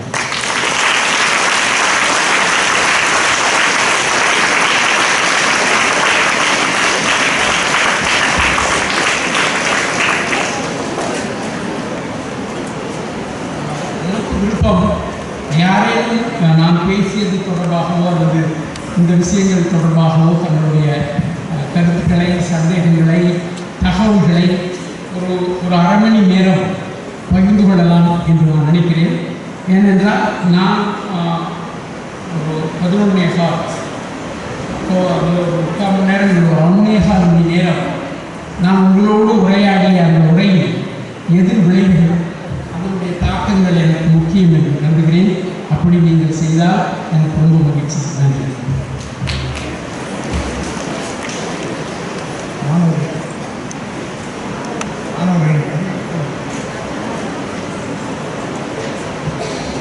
மாணவர்கள் ஐயாவிடம் கருத்துக்களை தெரிவிக்கிறார்.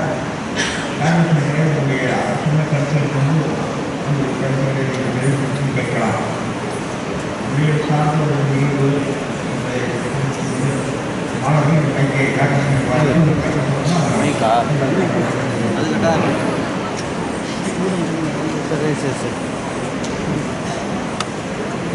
இந்த மைக் அவங்களுக்கும் திருப்பி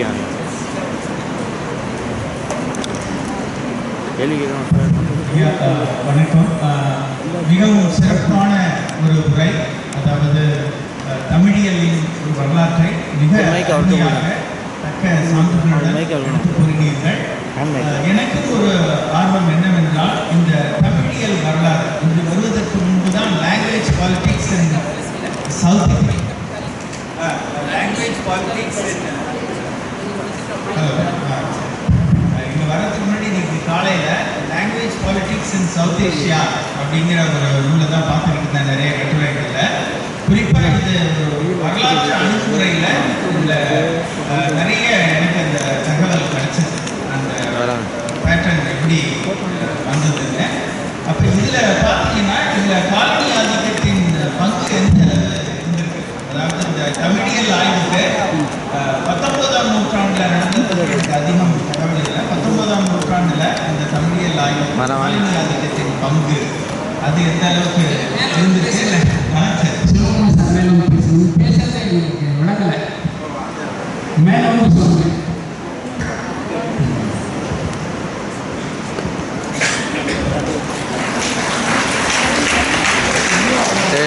நடந்து போயிடுக்குமாயா? மிகவும் சிறப்பான ஒரு உரை. எங்களது மாணவர்களுக்கு வரலாற்று வரைவியலை தற்பொழுது சொல்லிக் கொண்டிருக்கிறேன். எவ்வாறு இந்த வரலாற்று வரைவியல் என்பது காலம் காலமாக மாறி வந்துள்ளது. எனவே இந்த தமிழியல் வரலாற்றை நிச்சயமாக நாம் வரலாற்று வரைவியல் அணுகுமுறையில் நோக்கினால் நல்ல பயனுள்ளதாக இருக்கும். அதாவது 1800களிலிருந்து 2000 வரை 2000 தமிழியல் வரலாறு எவ்வாறு வந்துள்ளது என்று அடுத்ததாக நீங்கள் கூறிய ஒரு முக்கியமான கருத்து, எவ்வாறு அந்த காலத்தில் இந்த சிவில் சொசைட்டி என்பது மிகவும் வலுவாக இருந்தது. அடுத்ததாக அரசினுடைய ஸ்டேட் அஸ் அன் ஏஜென்சி என்பது 20ஆம் நூற்றாண்டின் பிற்பகுதியில் தான் அதிக சக்தி வாய்ந்ததாக திகழ ஆரம்பித்தது போன்ற பல நல்ல கருத்துக்கள் எனக்கு கிடைத்தன. குறிப்பாக என்னுடைய ஒரு வினா என்றால், அந்த 19ஆம் நூற்றாண்டில் ஏற்பட்ட அந்த தமிழியல் மறுமலர்ச்சிக்கு இவர்களுடைய கல்வி ஆதிக்கத்தின் பங்களிப்பு எவ்வாறு இருந்தது, அதுபோல இந்த மிஷனரிஸ் அவர்களை உள்ளடக்கிய காலனி ஆதிக்க சக்திகளுடைய பங்களிப்பு, அடுத்ததாக உள்ளூர் அறிவுஜீவிகள், அதாவது நமது தமிழ்நாட்டை சேர்ந்த அறிவுஜீவிகளின் பங்களிப்பு. ஏனென்றால் அண்மை காலத்தில் இந்திய அரசு தொல்லியல் துறையில் நடந்த பல கண்டுபிடிப்புகளுக்கு காலனி ஆதிக்கத்திற்கு அதிக முக்கியத்துவம் தருகிறார்கள், சர் ஜான் மார்ஷல். ஆனால் அந்த காலத்திலேயே நம் நாட்டை சேர்ந்த பல அறிஞர்கள், குறிப்பாக நீங்கள் எடுத்துக்கொண்டால் டாக்டர் தாஸ் பானர்ஜி அவர்களுடைய பெயர்கள் மறைக்கப்பட்டு விட்டன. அதுபோல MS கிருஷ்ணா என்பவர் கர்நாடகத்தில் ஆனால் பின்னால் வந்த இந்த வீரருடைய பெயரைத்தான் அதிகம் நாம் பேசுகின்றோம். அதுபோல அந்த காலத்தில் இருந்த தமிழ்நாட்டு அறிஞர்கள் அவர்களுடைய பங்களிப்பு என்ன என்பதை தெரிந்து கொள்வதில் ஆர்வமாக உள்ளேன். நன்றி.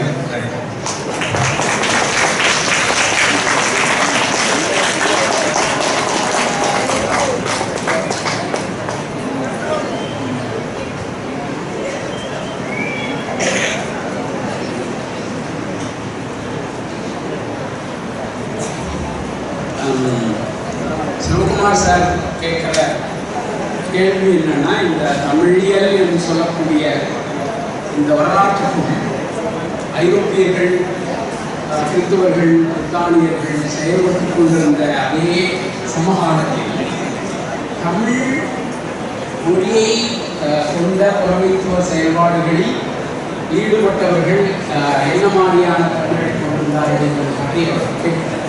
நான் அந்த 19ஆம் நூற்றாண்டை பற்றி சொல்ல கொஞ்சம் சொன்னேன். அது எப்படின்னா, இந்த மனோன்மணி சுந்தரம்பிள்ளை எழுதி தொடங்கி உருவான சைவ அறிஞர்கள் சார்ந்த ஒரு பெருங்கூட்டம். அது வந்து மனோன்மணி சுந்தரம்பிள்ளையினுடைய தொடர்ச்சியாக அந்த குறிப்பாக அந்த சௌரிராய பிள்ளை என்று சொல்லக்கூடிய தமிழ்நாட்டு பற்றியில், அப்புறம் அந்த பாரம்பரியத்தில் வந்த மறைமலைகள், பிறகு அந்த பாடத்திலே வந்த சிவராஜ பிள்ளைகள், பிறகு அந்த பாரம்பரியத்தில் வந்த வெள்ளாபுரி பிள்ளைகள், ராபிசேரி பிள்ளைகள், ஒரே பிள்ளைகளாக இருப்பாங்க.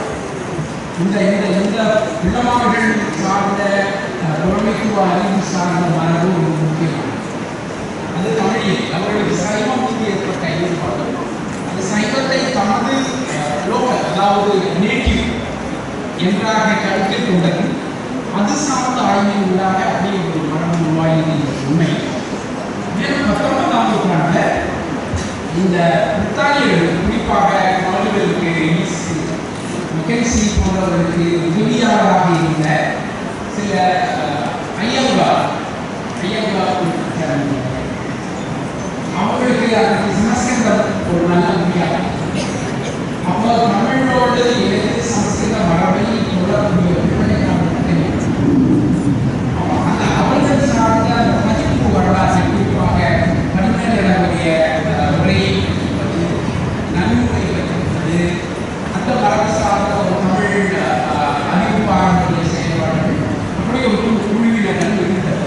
இந்த ஒரு உண்மையை நாம் புரிந்து கொள்ள வேண்டும். ஒடுக்கப்பட்ட சாதாரண மக்களிடம் இருந்து ஒரு உயர்ந்தபட்ச அறிவுத்துறையில் செயல்படக்கூடிய மனிதர்கள் உருவாகி வருவது என்பது 20ஆம் நூற்றாண்டில் இடைக்காலம் தொடங்கினார். கடந்த ஏறக்குறைய ஒரு 160-170 ஆண்டுகளுக்குள்ள தான் நம்ம வரோம். அந்த ஆண்டுகளுக்குள்ள இந்த படிப்பு, இது சார்ந்த விஷயங்கள் இதெல்லாம் நமக்கு கிடைச்சவங்க. அதனால தான் தமிழ்நாட்டில் சமூக நீதி கத்துறாங்க. எங்கள் இன்னைக்கு உலகம் முழுக்க இருக்கிற கம்ப்யூட்டர் இன்ஜினியரில் 70% தமிழ்நாட்டுக்காரங்க தான். They are not Brahmins. அதான் இன்னும் ரொம்ப முக்கியம். They are non-Brahmins. இது எப்படி முடிஞ்சது?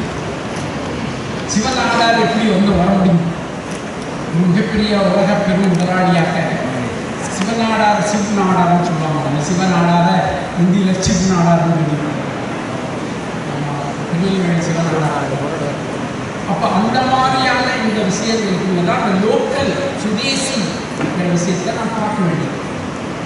என்ன பிரச்சனைனா, இந்த 1920களில் இருந்து இந்த உயர்கல்வி நிறுவனங்கள் உருவான காலத்தில் ஒரு பார்ப்பனிய பின்புலத்தில் உருவாகி வந்த புலமைத்துவ மரபு ஒரு வெள்ளாள பிள்ளமார் புலமைத்துவ மரபாக மாறி அது 60-70களில் எல்லாருக்குமான மரபாக உருவாகியது.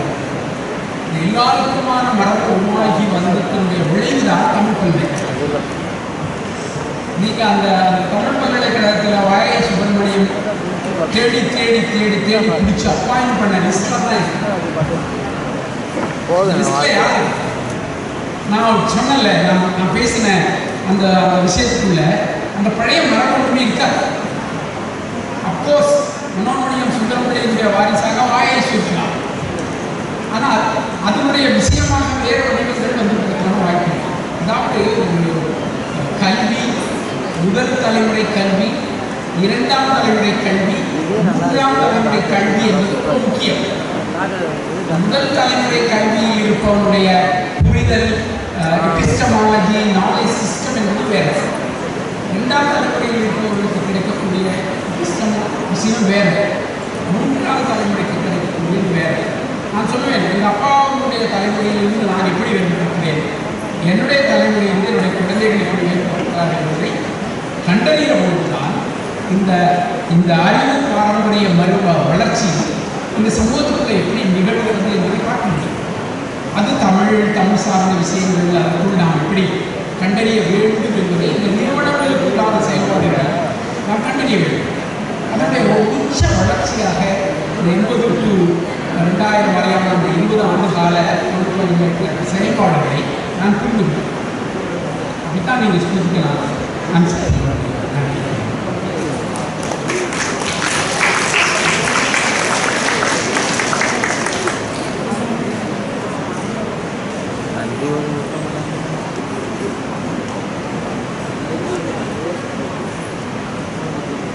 வேற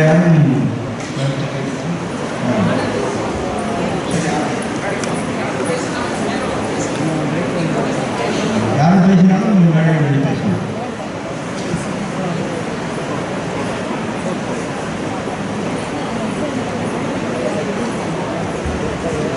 ஐயா அவர்களுக்கு முதலில் எனது பணிவான வணக்கங்களை தெரிவித்துக் கொள்கிறேன். மிக அழகாக பல்கலைக்கழகத்துடைய நினைவுகளுடன் நேரடியாக தமிழ் பல்கலைக்கழகத்தில் வந்து நினைத்தோம். உண்மையில் நாங்களுமே இந்த பல்கலைக்கழகத்தில் வேலை செய்து கொண்டிருக்கிறோம். படிக்கிற காலத்திலிருந்து இருந்து கொண்டிருக்கிறோம். மிக சிறந்த ஒரு வரலாறு, தமிழ் பல்கலைக்கழக வரலாறாக இது எவ்வாறு தொடங்கப்பட்டது, அதற்கு அடிப்படையாக இருந்த நிறுவனங்களுடைய அமைப்புகளை ஆரம்பித்து மிக அழகான மொழி பல்கலைக்கழகங்கள் எவ்விதம் தோற்றுவிக்கப்பட்டன. அப்பொழுதே நம் வாய்ப்பை இழந்தமை 1927 அண்ணாமலை பல்கலைக்கழகம் தொடங்கும் போதே அந்த பல்கலைக்கழகம் தொடங்கப்பட்டிருக்க வேண்டும். மிக அருமையாக அது அவங்களுக்கு ஆச்சரியமாக இருந்தது. இவ்வளவு நிறைவு கூறல் ஒரு விதமாக இருந்தாலும் அந்த உண்மையில் நீங்கள் கூறுவது போல் நிறைவேற்றல் என்ற அந்த சொல்லாட்சி எப்படி மாணவர் வந்து தன்னுடைய உணவை பறித்து சாப்பிடும்போது அவசரமாக வந்துவிட்டு பின்பு அது எப்படி அது நிறைவேற்றல் அப்படி நிறைவேற்றல் சொல்லுவோம்னு வச்சுக்கையா ரொம்ப அழகான சொல்லாட்சி நிறைவேற்றல் என்பதை உங்களுடைய நினைவு பொருளோட தொடர்புபடுத்தி நான் தேவிகிட்ட கேட்டேன், நினைவு கூறல் வல்லினராக அல்ல இளைஞராக சரிதானான்னு கேட்டேன். தேவி அம்மா சொன்னாங்க, இல்லைக்கா நான் வந்து ஐயர்கிட்ட கேட்டேன், நினைவு கூறல் இல்லை, நினைவு கூறல் சரிதான் அப்படின்னா. இங்கே வந்ததுக்கு அப்புறம் தான் புரிஞ்சுது சரியான நினைவு கூறல் உண்மையிலே ஒரு இறைவீட்டல் என்பது. எங்களுடைய மாணவர்கள் உங்களுடைய சிறு அழகு வைக்க இருந்ததை ஐயா வருகிறார்கள், அரசையா வருகிறார்கள், ஒரு சிறந்த தமிழ் புலவர், தமிழ் அறிஞர், தமிழ் பற்றுள்ளவர், தமிழ் உணர்வு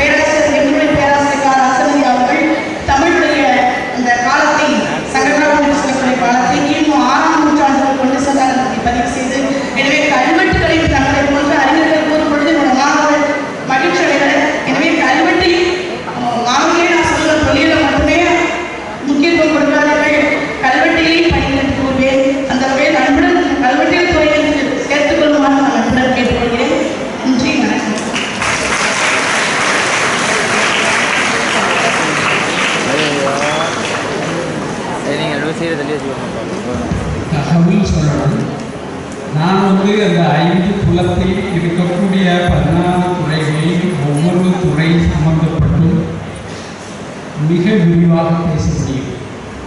அதுக்கான டேட்டா சொல்லிட்டு இருக்கு. நான் பேசியது ஒரு 60 + 75 விளக்கம். அதற்குள் எடுப்போல் என்று நான் சொன்னேன். பதம் என்று நான் தொடக்கத்தை சொல்லிவிட்டு தான் சேர்த்தேன். அதனால நீங்கள் கல்வெட்டு பற்றியாக சேர்த்து தயவுசெய்து நினைக்காதீங்க. எனக்கு அதை பற்றி பேசுகிறதா இருந்தால் அது ஒரு நேரம் நான் பேசணும். அதுக்கான செய்தி. அதாவது அடிப்படையில் நான் ஒரு சமூக வரலாற்று மாணவன். இந்த சமூகத்தில் நடக்கக்கூடிய எல்லா விஷயங்களை பற்றிய புரிதல் முக்கியம். நான் ஒரே ஒன்றை மட்டும் ஒரு குழு மாதிரி உட்கார்ந்து பார்க்கல. கல்வெட்டுத்துறை மிக முக்கியமான செயலை செய்திருக்கிறது. எனக்கு முக்கியமில்லை. நீங்கள் உருவாக்கி இருக்கிற அந்த காவேரி போன்ற குவாலிட்டி, அப்புறம் வேறு பேரறிஞர்களோடு நீங்கள் கொண்டிருக்கிற தொடர்பு, அந்த கல்வெட்டுத்துறையின் பவானி என்கிற பெயர் ஒரு முக்கியமான பெயர் என்று எனக்கு தெரிகிறது.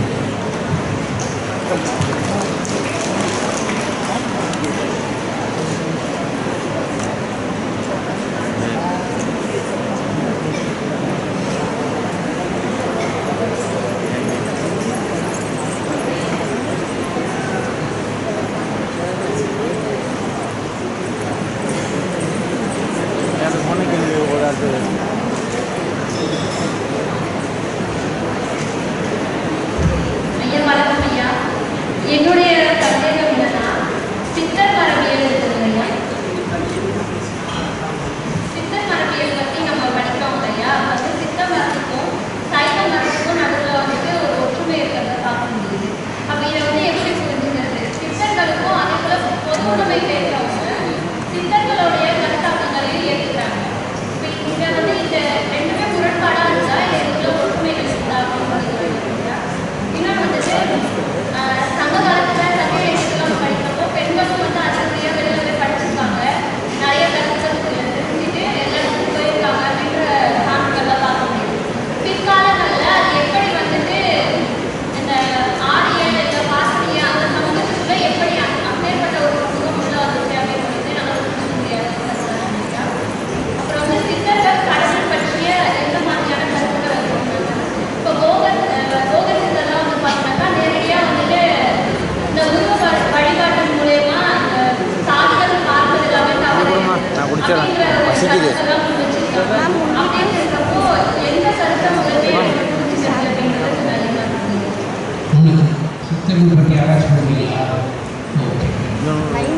அப்போ எந்த தனியாக வந்து உட்கார்ந்து அதை பற்றி பேசுறது நீங்கள் கேள்வியாகவே வந்து கேட்பாங்க. நீங்கள் கேட்ட அந்த பெண்கள் பற்றிய கேள்வி குழந்தை நான் சித்தர்கள் பற்றிய விஷயம். அந்த சித்தர் என்ற பெயர் அச்சில் வெளிவந்தது 1972. அதுக்கு முன்பே எல்லாம் ஞானக்கோவை, அது வந்து 19ஆம் நூற்றாண்டு இறுதியில் ஒரு 18 பேர் பாடின பாட்டையெல்லாம் எடுத்து அந்த 18 பேருமே ஞானக்கோவை என்கிறார் வெளிவந்தது. அது வந்து அடிப்படையில் சைவம், நிறைய சைவ மரபுகள் அது சார்ந்து இருக்கு. இதை பின்னாடி என்ன பண்ணாங்கன்னா 72 கோவேந்தன் சொல்றவாள் அது சித்தர் பாடல்கள் ஒரு புது பேர் கொடுத்தார். அவர் ஃப்ரெண்டு வேறு சில பேரையும் சித்தரா அப்படின்னு சொல்லி அவங்க பாட்டை எழுதி கொடுத்தாங்க. அந்த சித்தர் மாதிரியே பேர் வச்சு அந்த சித்தர் நான் எப்படி கண்டுபிடிச்சேன்னா அந்த சித்தருக்கு மார்க்சியம் பேசுவாங்க, டயலெக்டிக்ஸ் பேசுவாங்க. இது என்னடா புதுசா இருக்கு, 16-17ஆம் நூற்றாண்டுல இருக்கிற சித்தர் வந்து டயலெக்டிக்ஸ் பேசுறாங்க. அது கோவேந்தனுக்கு தெரிஞ்ச டயலெக்டிக்ஸை பாட்டாக்கி அது ஒரு கடந்தல் சித்தர் பாட்டுன்னு போட்டுருக்காரு. அது மாதிரி அதை 4 பேரை பாரதிதாசன் ஒரு சித்தர், அப்புறம் இன்னொரு அவருடைய நண்பர் மாலை தங்கப்பா ஒரு சித்தர், கோவேந்தன் ஒரு சித்தர், இன்னொரு சித்தர்னு சொல்லி போட்டு புது பாட்டை எழுதி சித்தர் பாட்டு வரிசையில் சேர்த்து விட்டாங்க. இந்த சித்தர் பாட்டுங்கிறதே ஒரு அச்சு மரபினால் வேறுபட்ட இருந்த பாடல்களை தொகுத்து உருவாக்கப்பட்ட ஒரு பிரதி. அந்த சித்தர் பாடல் அப்படின்ற ஒரு வரலாறு கிடையாது. சித்தர் மருத்துவத்துக்கு தான் தொடர்புடைய பாட்டு எழுதினவனுக்கு தொடர்பு. இந்த மந்திரம் பண்ணுறவங்க பட்டினியாக கிடந்தான், 100 நாள் நான் பட்டினியாக இருந்து உயிரோட இருக்கேன், 1 வருஷம் கூட சாப்பிட்றேன் ஆனால் அவர் உட்கார்ந்துருக்காரு, அவர் ஆவியைத்தான் சாப்பிடுவார், தண்ணியைத்தான் சாப்பிடுவார், இதெல்லாம் ரீல். இப்போ இப்படி ஒரு வடிவம் உருவாக்கப்பட்டு அது ஒரு நல்ல பிஸ்னஸ் நடக்குது. அதில் ரொம்ப அதிகமான பிஸ்னஸ் நடக்கிற இடம் மலேசியா. அங்கே உள்ள தமிழ் ஆட்கள் எல்லாம் மென்டல், அவங்க பூரா இப்படி சித்தர் கட்டி கிடப்பாங்க. அதனால அந்த மான் எனக்கு வந்து துடுட்டு பூவாயு சித்தர் மரபுன்னு என்சிபிஎஸ்ல 48 பக்கத்தில் நான் ஒரு சுத்தம் போட்டேன். அதை தேடி எடுத்து கொஞ்சம் படிக்கணும்.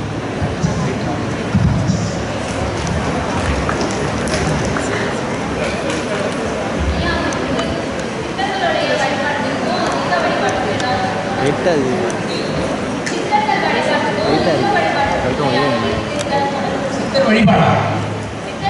அது மூமெண்ட் தானே அது. அதெல்லாம் தொழிலுமா. சித்தர் யாராவது செட் போனாங்கன்னா அவனை சுற்றி ஒரு சமாதி கட்டி அதுக்குள்ளே செட் பண்ணி 4 பேர் உண்மையில வச்சு அதில் உட்காந்துருந்தாங்க. அது வந்து சாலை வருமானத்துக்கான ஒரு நல்ல தொழில் என்ற உழைப்பு. உள்ள மயிலீஸ்வரர்லாம் இருக்காரு தெரியுமா? மயிலீஸ்வரர் மயில்கல்லில் அதெல்லாம் பண்ணுறாங்க. சந்தனம் அது இதெல்லாம் பூசி பூவை மாட்டி பக்கத்தில் ஒரு முடியில் வச்சுருவாங்க. ரோட்டில் போகிறவங்க பூரா இன்னொரு பொட்டு போட்டு முடியல காசு போட்டு அவனுக்கு